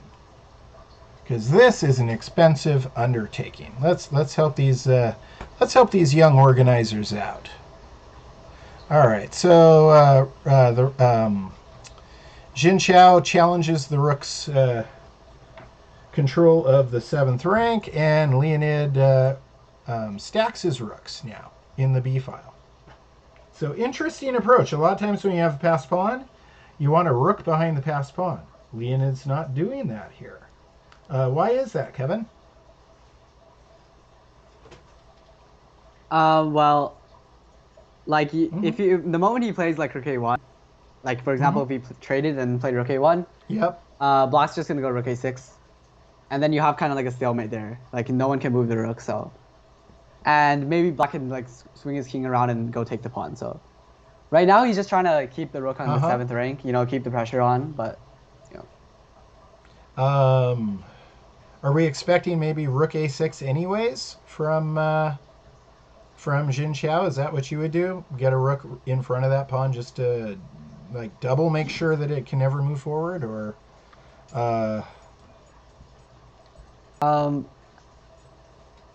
Yeah, he might have to, because if he just sits around still, then like possibly after take Rook b7, like if he lets the rook get to like h7, g7, those squares, his pawns are gonna fall. So yeah, but if Rook a6, White can still do that. Like Rook a6, Rook takes e7, King takes e7, Rook b7 check, King c6 or something, and then Rook g6 or Rook h7. Yeah, you're probably gonna lose some pawns. And Jin Chao would not be too upset if Leonid decides to exchange rooks on the 7th rank, right? Because then it pulls his king closer. And we are waiting to see what Jin Chao Zhao does here. The time situation, 3 minutes 17 seconds for Leonid Yudison, 5 minutes 45 seconds for Jin Chao Zhao.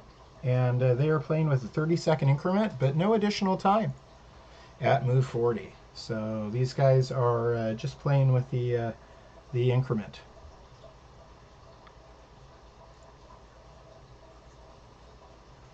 This is some high level stuff we're seeing here. Okay, so what just happened? I think some moves were played really quickly. So let me... All right, so the last thing we saw was rook b1. Jin Zhao Zhao trades on the 7th rank, which is an interesting trade because it means now Leonid Udison's controlling that 7th rank, and Jin Zhao's king can't move. But he goes rook c1. He does get the check then, which forces Leonid's king to the h file. And now Jin Zhao gets his rook behind the passed pawn. Perfect place for that rook to be, right, Kevin? That's even better than putting it in front, perhaps, right? Yeah, ideally in rook endgames, you want to have your rooks behind the passed pawn, because if it's in front, it's very immobile. So now with the extra rook off the board, things are a little simpler to get the draw for black, right? A lot simpler. Yeah.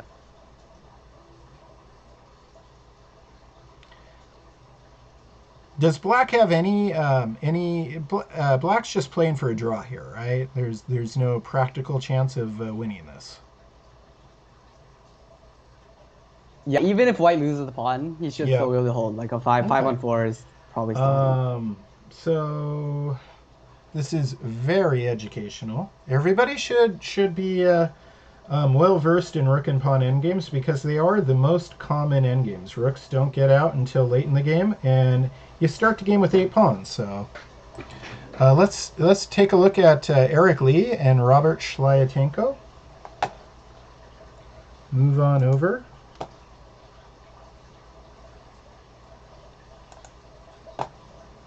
And when we were last here, it was way back on move 22, rook ff1, and a lot has happened since then. A lot. We have not been at this board in a while. We have not been giving Eric Lee enough attention, and we should, because he's one of the organizers. Black plays b6, so Robert played b6 on move 22. Let me make sure. Why is that? Okay, yeah. And then h4 was played. Now this is interesting that Eric Lee is going with h4, but didn't play the rook g4 earlier, right? If we back up, Kevin and I were discussing after knight g6 that the rook could have gone to g4, but then that would involve playing h4 to h5 to try and dislodge the black knight from g6. So Eric declined that, went back, but now plays h4. What do you think about that, Kevin? Yeah, maybe he had a change of thought, but I think h4 is still strong. Like even without rook g4, if you're able to get like h5, h6, the dark square becomes even weaker. The whole idea isn't now dislodging the knight so much, is getting that pawn to h6, right? Very good. Okay, thank you for explaining that, Kevin. Rook to e5 is what Robert plays, and then Eric responds with queen to g4. So he's preferring to have his queen on g4 rather than his rook. Even a bigger weapon. And then h5 is played. What do you think about that move?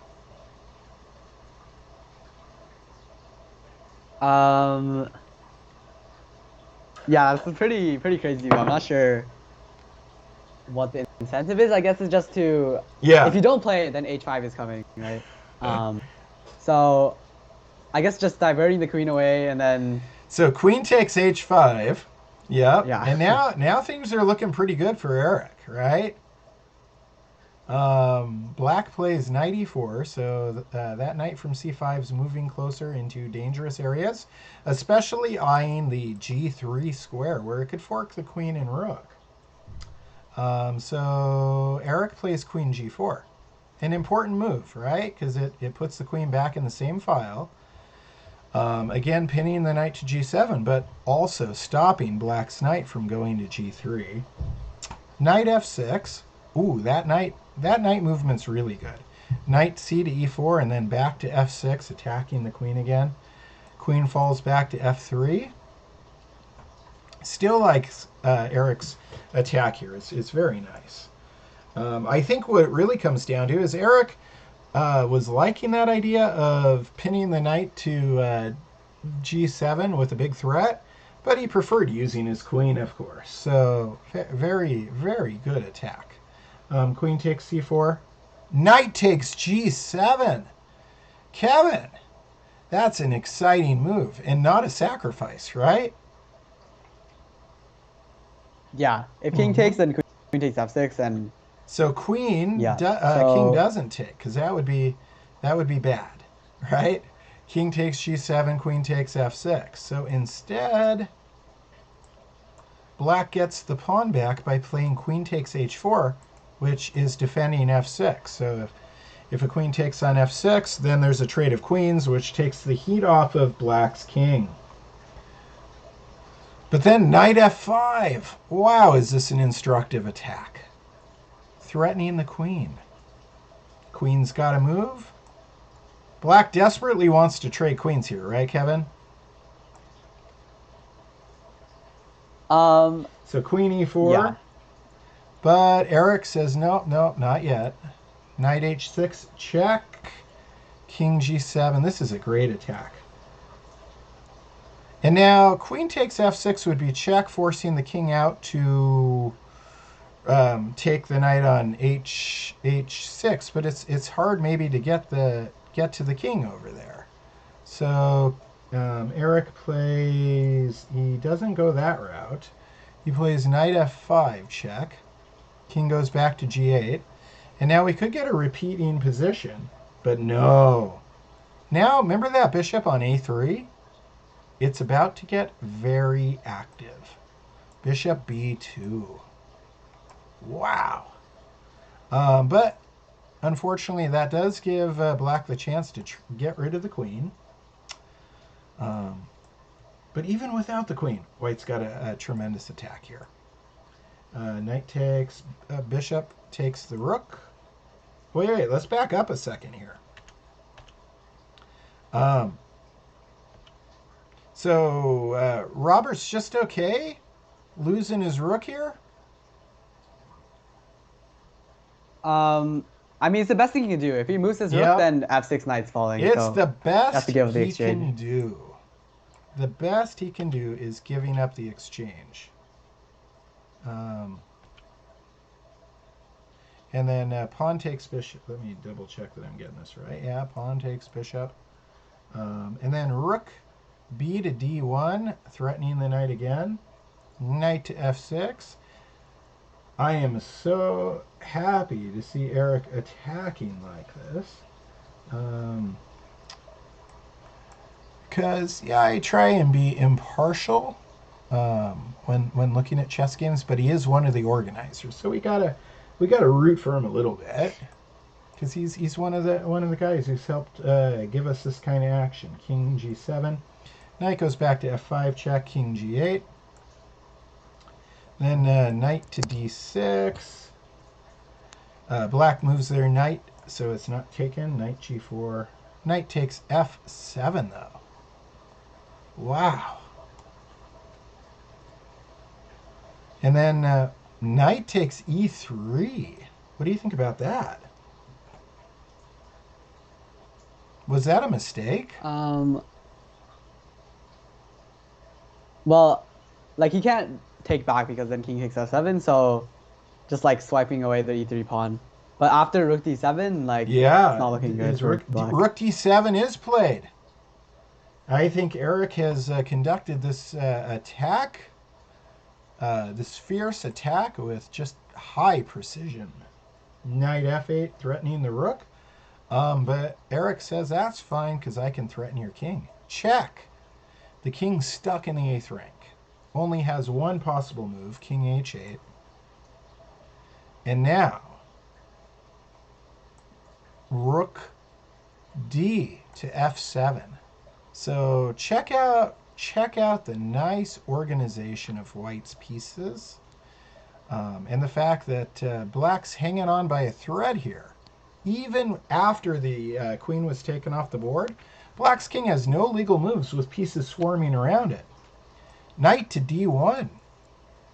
Is that a good move? What's black trying to do here? Well, at this point, we see the both rooks, right? E3 is being attacked, F8 is also being threatened, so white's just winning One here. of them's One going of to the fall, knights is going to fall. and it so. might as well maybe be the one that trades a rook, right? So you aren't checkmated, I guess. And this is where we are, and the game's still going. We'll keep it right here because we're expecting rook takes f8, right? I mean,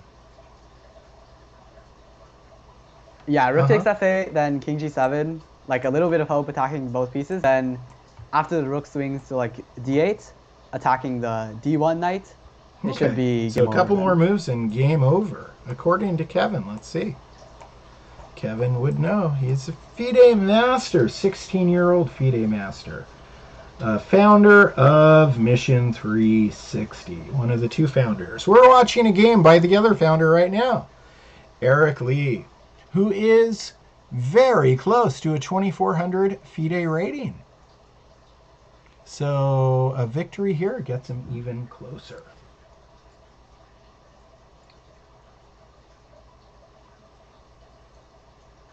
So how important are the ratings versus the titles at this level, Kevin?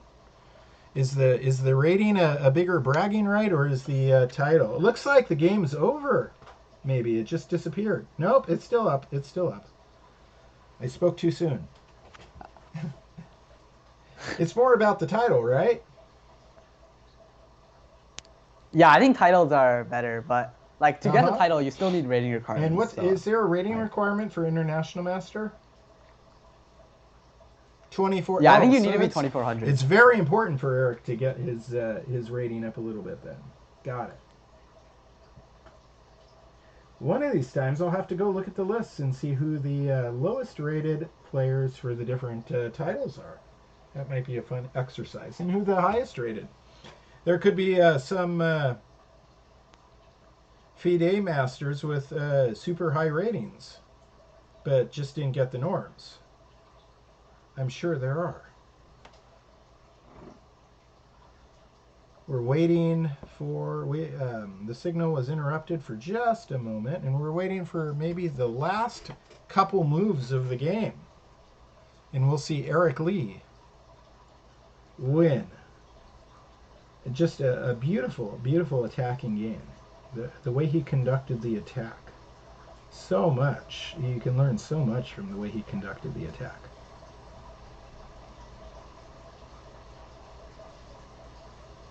We got to get Eric Lee on the show sometime. Is he playing in the next tournament? Do you know, Kevin? He is. See, this is his problem. He's always playing, right? Yeah. Yeah. And you're taking some time off from the action, right? Focusing on your schoolwork. Yeah. Yeah. Uh-huh. When do you expect to play in your next tournament, Kevin? I don't know. I might play in one of the hybrids coming up, but like normally I probably won't be playing in any of like the good upcoming and ones. bad, right? It's bad because then you can't get your IM norms, but it's good because then we can have you as a guest. So, and you have plenty of time. You're in no rush. You're not one of these guys who's like trying to get a particular title by a certain age, right? You know you're going to get that IM title, but you got other things you need to focus on.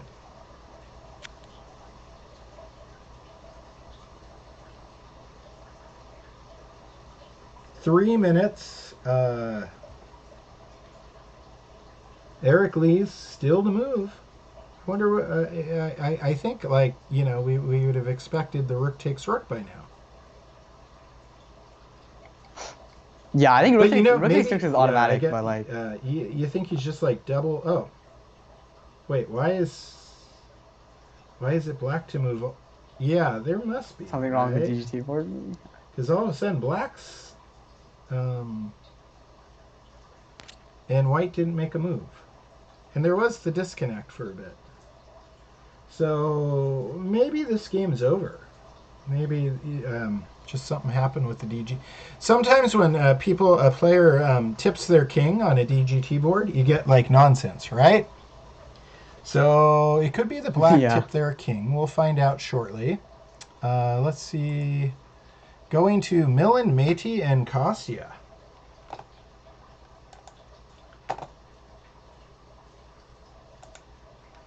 Millen, Métis, and Kostya. We were at move 35. And a little bit's happened since then, since 35b5. There wasn't much. Milland was the one playing for the win, but he can't get the pawn forward. And Kostya really can't do much other than just keep the pawn from moving forward and guard e2 with his bishop. So 35b5. Bishop e3. Knight c2 as predicted by Kevin. Then bishop goes back to d2. Also predicted by Kevin. Then knight d4. Bishop e3, so looking like a draw. And indeed, looks like they got a draw by repetition and the clocks are still going. Is it a draw? Is that 3 times? It is. Yeah, I think it's showing draw on the bottom. Yeah. Cool. All right, so that ended in a draw. A very interesting draw. Milland was the one playing for a win, but Kostya set up a really good defense here. And a lot can be learned from Kostya's stubbornness. In some of these positions where his opponent has an advantage, Kostya has really impressed me with his stubbornness so far in this tournament. Let us go to Balaji's game finished way long time ago. Josiah Stearman and Raja. Let's take a look at Raja and Josiah. Back on board 1. And, a lot has happened here. Since move 44, king f7, a lot has happened. So let me catch you up. If you're just joining us right now, you're watching Mission 360, the Bay Area Chess GM Norm Tournament #1. These players are playing live right now in San Jose, California, and I am here with FIDE Master Kevin Pan, who is one of the organizers, and we are giving, broadcasting the games live. All right, so 44 king f7 was the last thing we saw, and then white plays a4. Interesting. I mean, can't black just take on passant? And they do. And then the rook takes, of course. And then again, Raja has a rook. You gotta decide with the rook, but on the other side of the coin, I don't know how they're gonna win this. King goes to c4, and then, but hey, maybe we'll find out. Maybe we'll learn something. King g6, and then king d5. Kevin was talking about that being a possible plan. King h5, rook f3, threatening the bishop. Bishop drops back, threatening the pawn. Pawn moves forward. Bishop gets on a different, interesting. Bishop changes diagonal, so he's willing to lose the pawn on c5 because he knows he can get the draw otherwise. Raja takes the pawn on f5 instead, and that was a pretty easy choice there, right? The pawn on f5 is the one you want to take, because the pawn on c5 is taken care of. And then bishop takes g3. Yeah, this is looking very drawish, but still educational. Rook says check. King goes g6. Let's get you caught up and see if there was any point where rook says check. King has to move back. White king goes to f5, doubling up on that pawn. Black king goes to h4. And then rook goes to e8. Rook g5 was rook g5 also possible there on move 57, Kevin? Well, rook g5, then just king takes Yeah. h3, and that's just a draw. But like, I think it's just a draw anyway. Just Roger Okay. probably just wants to play on So, a few more all moves. right. And yeah, I was just wondering.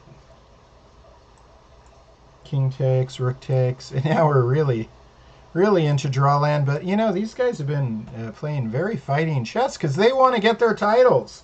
They're trying to earn their norms. They're trying to earn their titles.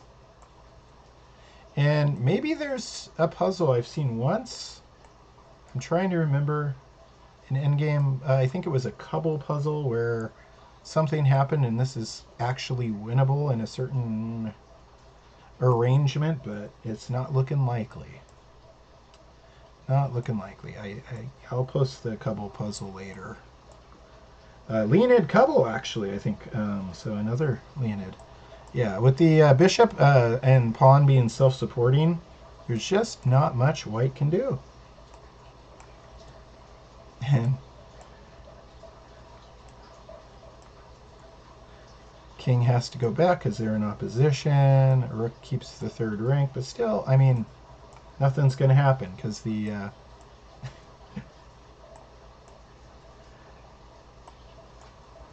What is white trying to do here with king f3? What are they? I made a mistake. See that? Chris, let's fix that. It was a rook a6. Let me promote that line. Delete the other one. When you hand enter enough moves, you will make an error every once in a while. What is he trying to do? Just I think he's just making moves. Like, you're not gonna make the king. I don't know. So. I mean, yeah, I guess there is that little bit of a chance you could do a king rook against a king checkmate, but it's not like Josiah's going to let that happen. And you can't take the pawn. So 73? I mean, and they're still going. Let's see. Rook g6, king. Wait. Rook g6, king b4, king d3, king c5, and then rook takes pawn. So there's the draw. Bishop's going to take rook, and it's a draw, right? Right. Even if bishop doesn't take rook, it's a draw. But bishop's going to take rook, and it's a draw. So this one ends in a draw. After a lot of possibly unnecessary moves there at the end, but maybe he wanted to play 75 moves. All right, let us move on to, let's check in. Back with Leonid Udison and Zhenxiao Zhao.